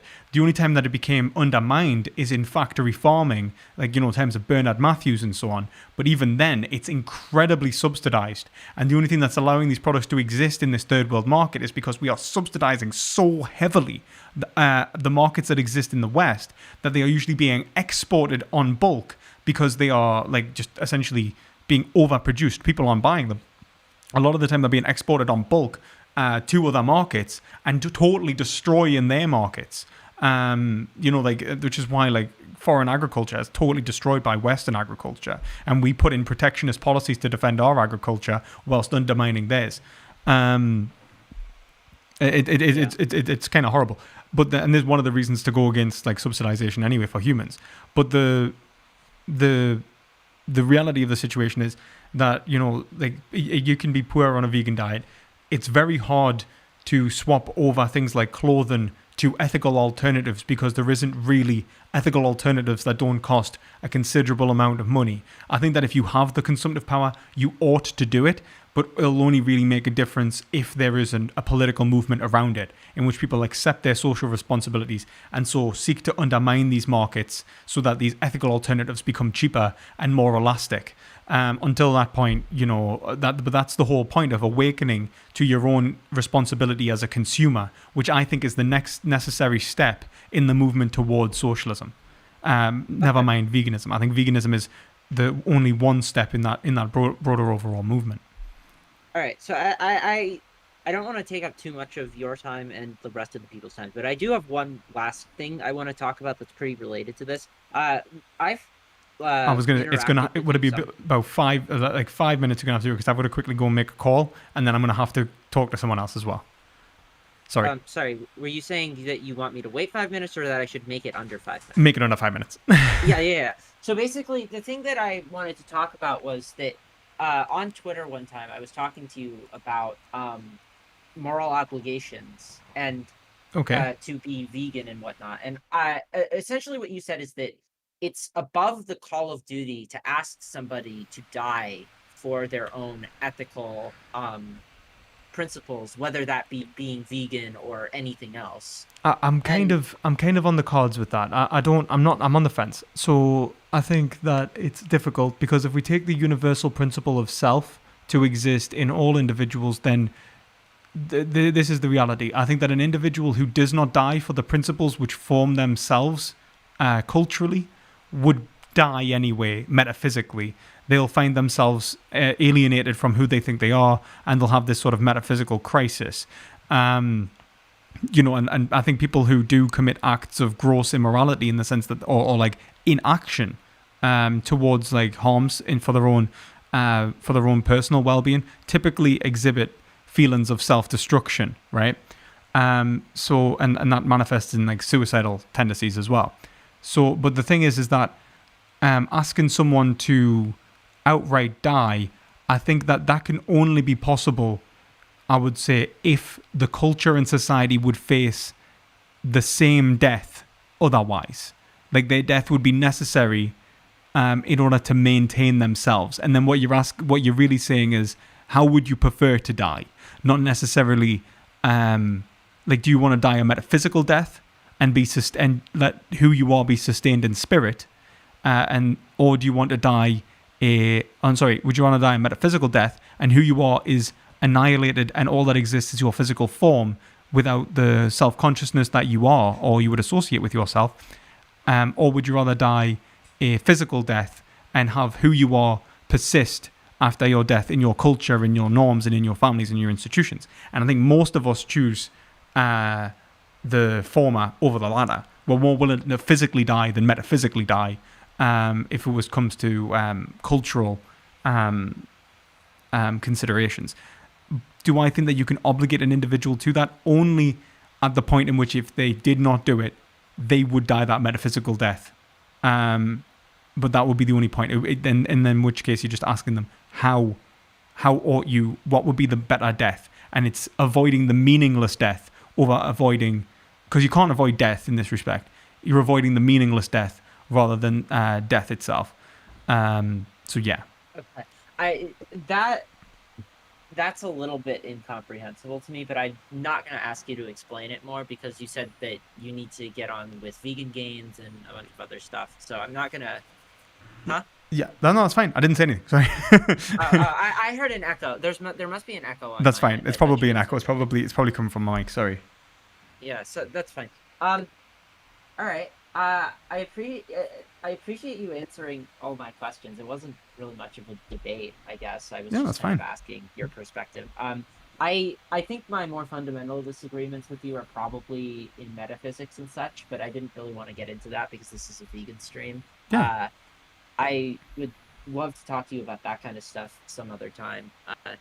Yeah, thanks for having me on once again. I appreciate it. Thank you very much. Well, yeah, just have a nice night, and if you want to talk again, just let me know. Yeah, you've given me a lot to think about, so I'm just gonna have to process it. Yeah, that's fine. Appreciate it. All right. Yeah, take it easy, mate. Yeah, take it easy. Okay. Yeah, I'm gonna quickly. I've got to quickly make a phone call. So I'm gonna quickly make a phone call, and then I'll get back and talk to some more people. But I'm just gonna quickly make this phone call. Once I sort this out. 1 second. Excuse me.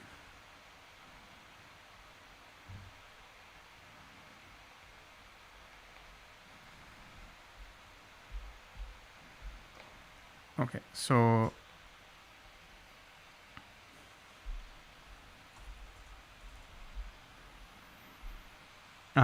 be right back, guys. We'll see you in a moment.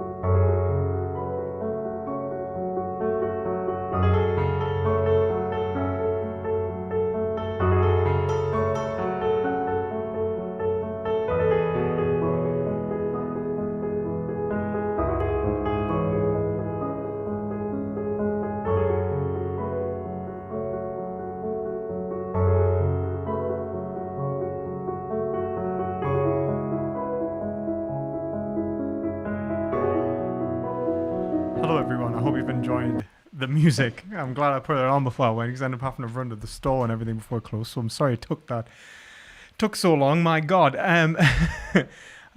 So yeah, hope you're all having a nice night. Whew. Vegan gays, if you do want to come on, we could do, let's say, a half hour on a stage, and then we could and yeah, so make it a bit more like light-hearted activism almost, because this has been very deeply philosophical. I know that there's some people waiting, but I'm doing these every day. So if you are waiting, I'll check who's waiting. I'll DM you two who are waiting.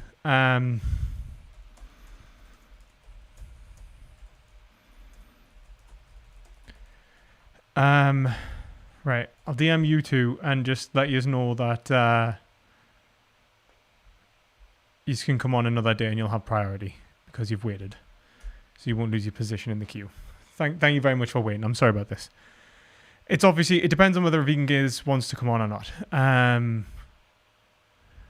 So if you're still here, Vegan Gays.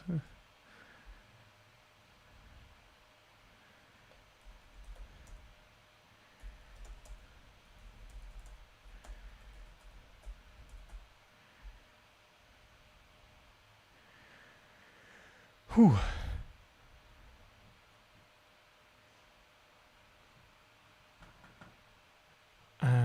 One second there.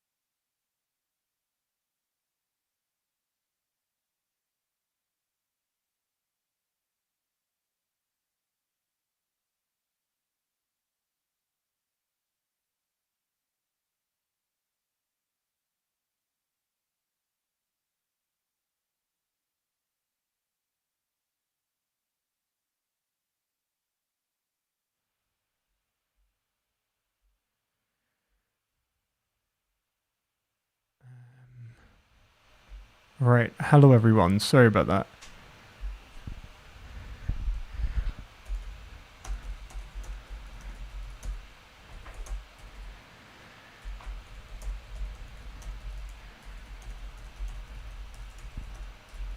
So, I mean, I've only got like 10, 15 minutes before I have to end the stream anyway. So I just thought it would be a little bit more lighthearted. Obviously, sorry for those people who wanted a deep philosophical debate and discussion.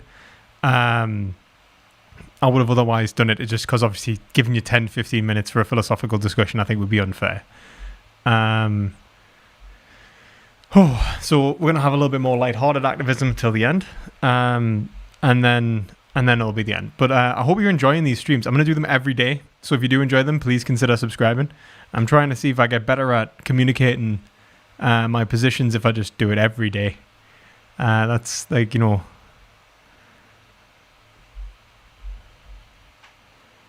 rename myself the Vegan Brains. That's a good one, man, Tomato. I should have done that. That's good. I like that. Vegan Brains would have been a good one.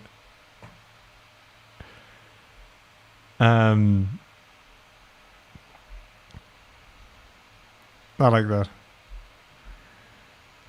I'm not even sure which stage.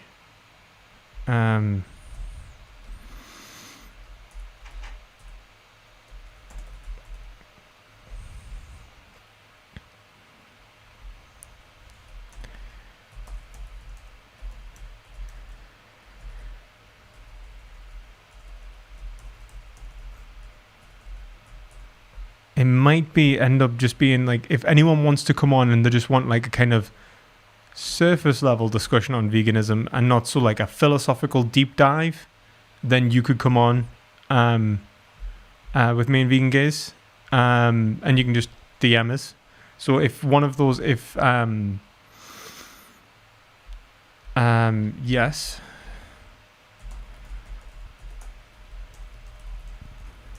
Bonjour. Hello. Hello, you okay? Yeah, how's yourself? Yeah, I'm alright. Right, one second. I'm just making sure, because there's people who are prioritized that were in the queue. So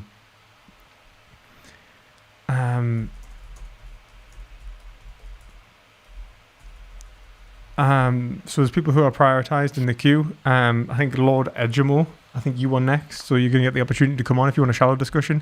If not, Sergeant Flux, you can come on. Or anyone else from the chat or whatever, if you don't just join the server and stuff, and you can just come on and chat veganism and stuff. So I don't think we're going to go philosophically deep right now. We're like 15 minutes. No, I don't hate farmers. Let's get it. So someone just asked, do I hate farmers? And I think that's probably because, like, I don't hate farmers. I don't think that the way the USSR treated farmers was okay. I wasn't justifying that. I was just pointing out that the collapsed economy needed some sort of marshalling in order to get it to establish a market. The way that they developed it past that point was not justifiable. Okay, I just wanted to make sure that clear. I'm not justifying the USSR's treatment of farmers because it was absolutely wrong. Okay. Okay, so that guy wants a full discussion. I mean, while we're waiting, like, why can't we just eat animals, pee-pee? Like, why can't we? Well, I think it's because the matter. Like, it's just more of the... I like them tasty though, and no, I was gonna say, nothing like, actually really matters. You know what I gonna mean? So like, this is the thing. I do think that my audience is at least good for that. Like, I do think that, like, you never hear the same arguments. Usually, like, I like the taste of animals. It's so rare for someone to bring up in an argument against me from my audience. It's not like it's like there is this deep metaphysical distinction which is actually justifying the reasons that I actually just think they're tasty. But it's a deep metaphysical. I was gonna say it's just like a creative, convoluted way to be like, taste though. Yeah, that's the thing. It was like, have you seen like the guy like was like doing like skateboard tricks with the rain? Yes, the meme. The meme, yeah. Yeah. That was for like non-vegan leftists. I saw that version of the meme, and it was just perfect. Like Vosh. Vosh is the worst. God, I truly dislike that man. Like, I said his name to piss you off. I shouldn't have done it. It's just like, this is the thing. I don't think he's not just one guy. Like, because he represents like an entire type of person, Faction. Right?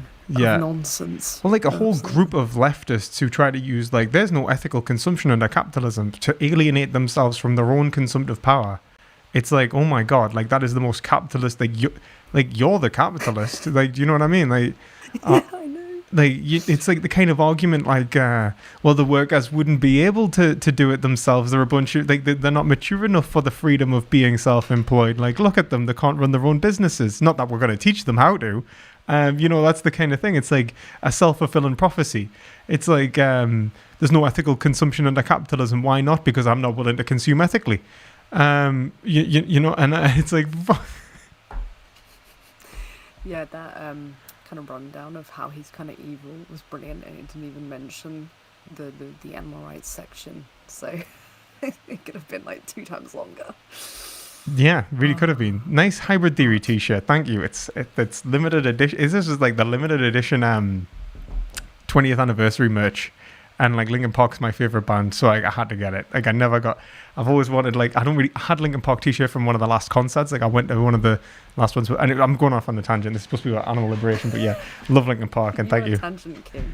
I am really bad for this. I am really bad. Theory is based though. That is just facts. It is a really great album, probably a god tier album. I think Meteora is really great as well. I mean, to be honest, I love most of that stuff. Like I love loads of that stuff. But I will accept that the first 2 albums are by far the best work. Spicy. They're just so good. Absolutely. They're so good. Absolutely.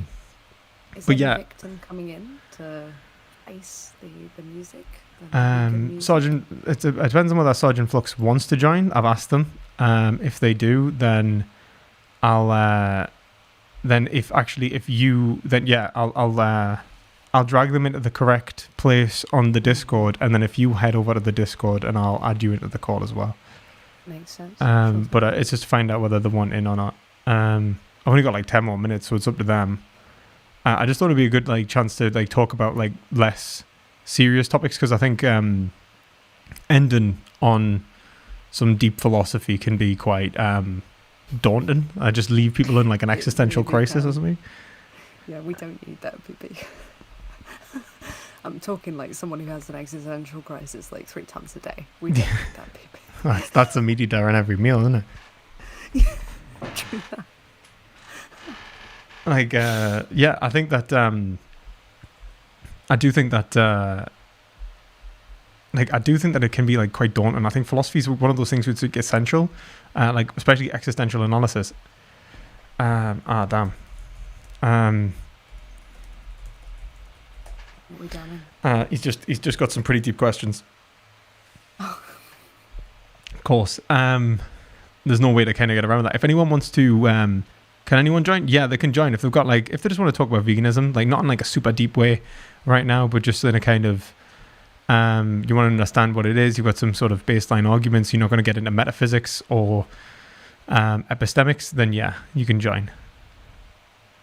Just join the Discord, and then join the in the section of the Discord. If you just join call-ins and the waiting one, and I'll drag you in.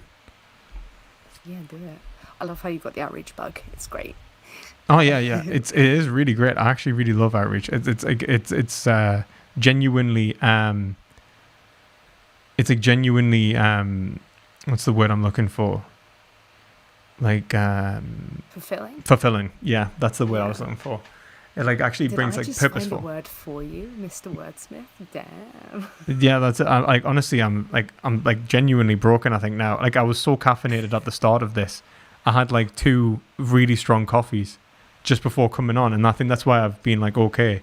And now from this point, I can feel myself going on like a rapid decline in cognition. That's fine. But yeah, no, I'll be free tomorrow. We can do some more. That'd be lovely. But yeah, I feel fulfillment, even though it causes me great negative utility and probably will take years off my life. Oh, 100%.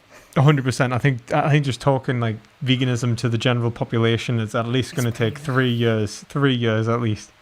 I'm thinking 5. I think poor Gary Yourofsky, man, I can see why he ended up leaving, because it must have just been pain for him, because he was like first generation kind of vegan, like old school vegan. And I think the old school vegans really had it hard, man, trying to convince the average person that veganism is not just a bunch of lunatics would have just been hell. And if it wasn't for people like Gary, sorry? I wouldn't have even bothered. I would have just muted. So yeah. Well, that's the thing. Honestly, imagine imagine the suicide. Again, I'm not going to sound like pretty bad here, but I imagine the suicide rate of like generation 0 vegans was probably like through the roof. Like the realization that okay, my life is a lie, and everyone's life is a lie, and there is no way that I'm going to change this. I think you've just got to have that like optimist mindset. You know, like that kind of purposeful mindset. You've got to be that person that's like. It's like what's he called? The Donald Watson, in like 1940s, writing an essay titled "On the Emancipation of Animals." I think that takes like a special kind of person that's like, we are going to free animals.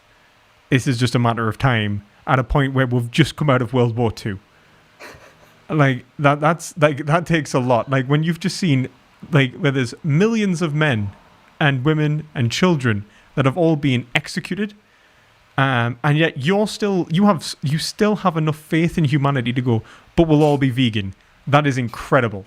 Like that's some big boy balls. That is, it really is.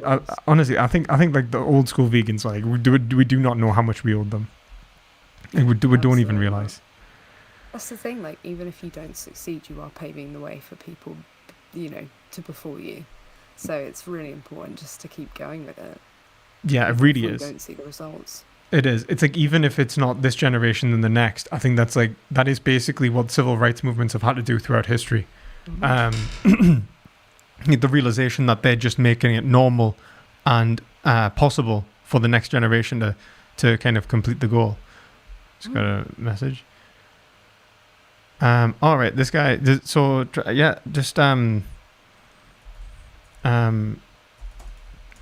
second. Actually, I might just be. Can I just add you into the call? Like, one second. Let's see. I might just be to add. No, actually, how am I going to do this? We'll just go into a room in your server. Yeah, Would that make join sense? call-ins on server.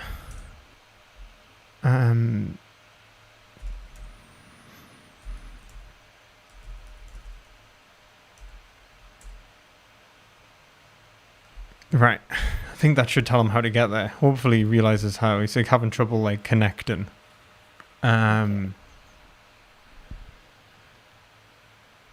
I can't drag him in, you see, until he gets into a voice kind of until a voice channel. Yeah. We'll get there. We always do. That's the thing. Honestly, tech issues are the bane of my life. Like, if there's Oh, one yeah. thing that's more painful than dealing with non-vegans, like nasty non-vegans, it's tech issues. I'm not even joking. Sometimes I think about your tech issues while I'm walking places, and that alone stresses me out. How is Lewis even connecting to the internet? Ooh, just to shudder down your spine. Imagine if I had to do the same thing. It's like, why does this happen to Lewis every time? I honestly don't even know. Like, sometimes I have tech issues and I'm like, why is my audio not working? And I'll be talking for like the first few moments of the video, and then I realize my audio is just not working. I'm like, why is this not working? And sometimes it's an easy response. It's like, oh, it's not working because like for whatever reason, like the audio console needs turned on and off. It just stops working. I don't know why. It just dies on us. And other times it's not working, and I have no idea why. Sometimes Streamlabs just bugs or something. I'm like, oh my god. That is the fabric of time messing with you. It really is. It really is. Oh my god, I think I just left the call there. I think I'm supposed to... Right, there we go. Right, hopefully he will see us here. I didn't mean to leave the call there, but hopefully... Can I... Issues again. Oh, I can actually invite him. There we go. Right, sweet. I actually just realized how to do this. I'm so terrible. Right, hopefully you got that invite. I've only got like 5 more minutes or something before I've got to bail. But like... Can someone donate to PP so he can like get tech lessons or something? Tech lessons. Like, Just go to like some sort of like college class. Like, this is how you use like that's how you press buttons, Mr. Philosopher King. this is the thing. Be like, but what are buttons? This is the thing. Like, but a button is defined by its function. What is the function of a button? And if you can't actually use it, is it really a button? No, I don't think so. I think that's the thing. I think a button would be defined by its function. So a pointless button wouldn't be a button. It's like controversial. So no actual tech that you use is actually tech. Probably not. It probably just ceases being technology just temporarily. I've invited him, so I don't know why he's not joining. So he might end up just not. It might end up just be GG, but we'll see. Give it like another 2 minutes, and then It might have just accidentally been a hangout with me instead of... yeah. Rather than like actually like we're gonna do some activism, rather. If he joins, We need to do some IRL together. I think that would be best. I think it'd be pretty cool. The thing is that I think like I wanted to establish a vegan conference at one point, like some sort of like like kind of get academics together where you could have like vegan panels, like panels of different kinds of vegans. So you get like vegan like neuroscience, like a neuroscience section like on animal cognition. You could have like a philosophy of mind kind of one, or you could have vegan like health experts and economists and that kind of thing. I think that'd be really cool. That would be amazing. Eventually, Legitimize it. Mm-hmm. but it's just managing to get the sort of, and I think it's probably GG on the thing, by the way. It's just managing to get it done. Oh god. Yeah, I think we should probably just call it. Yeah, I don't think they're coming, are they? Nah. Oh god. Right, I think I'm gonna I'm probably just gonna have to bail anyway, so Jesus Christ, Charlie. Oh my god. Can you see that?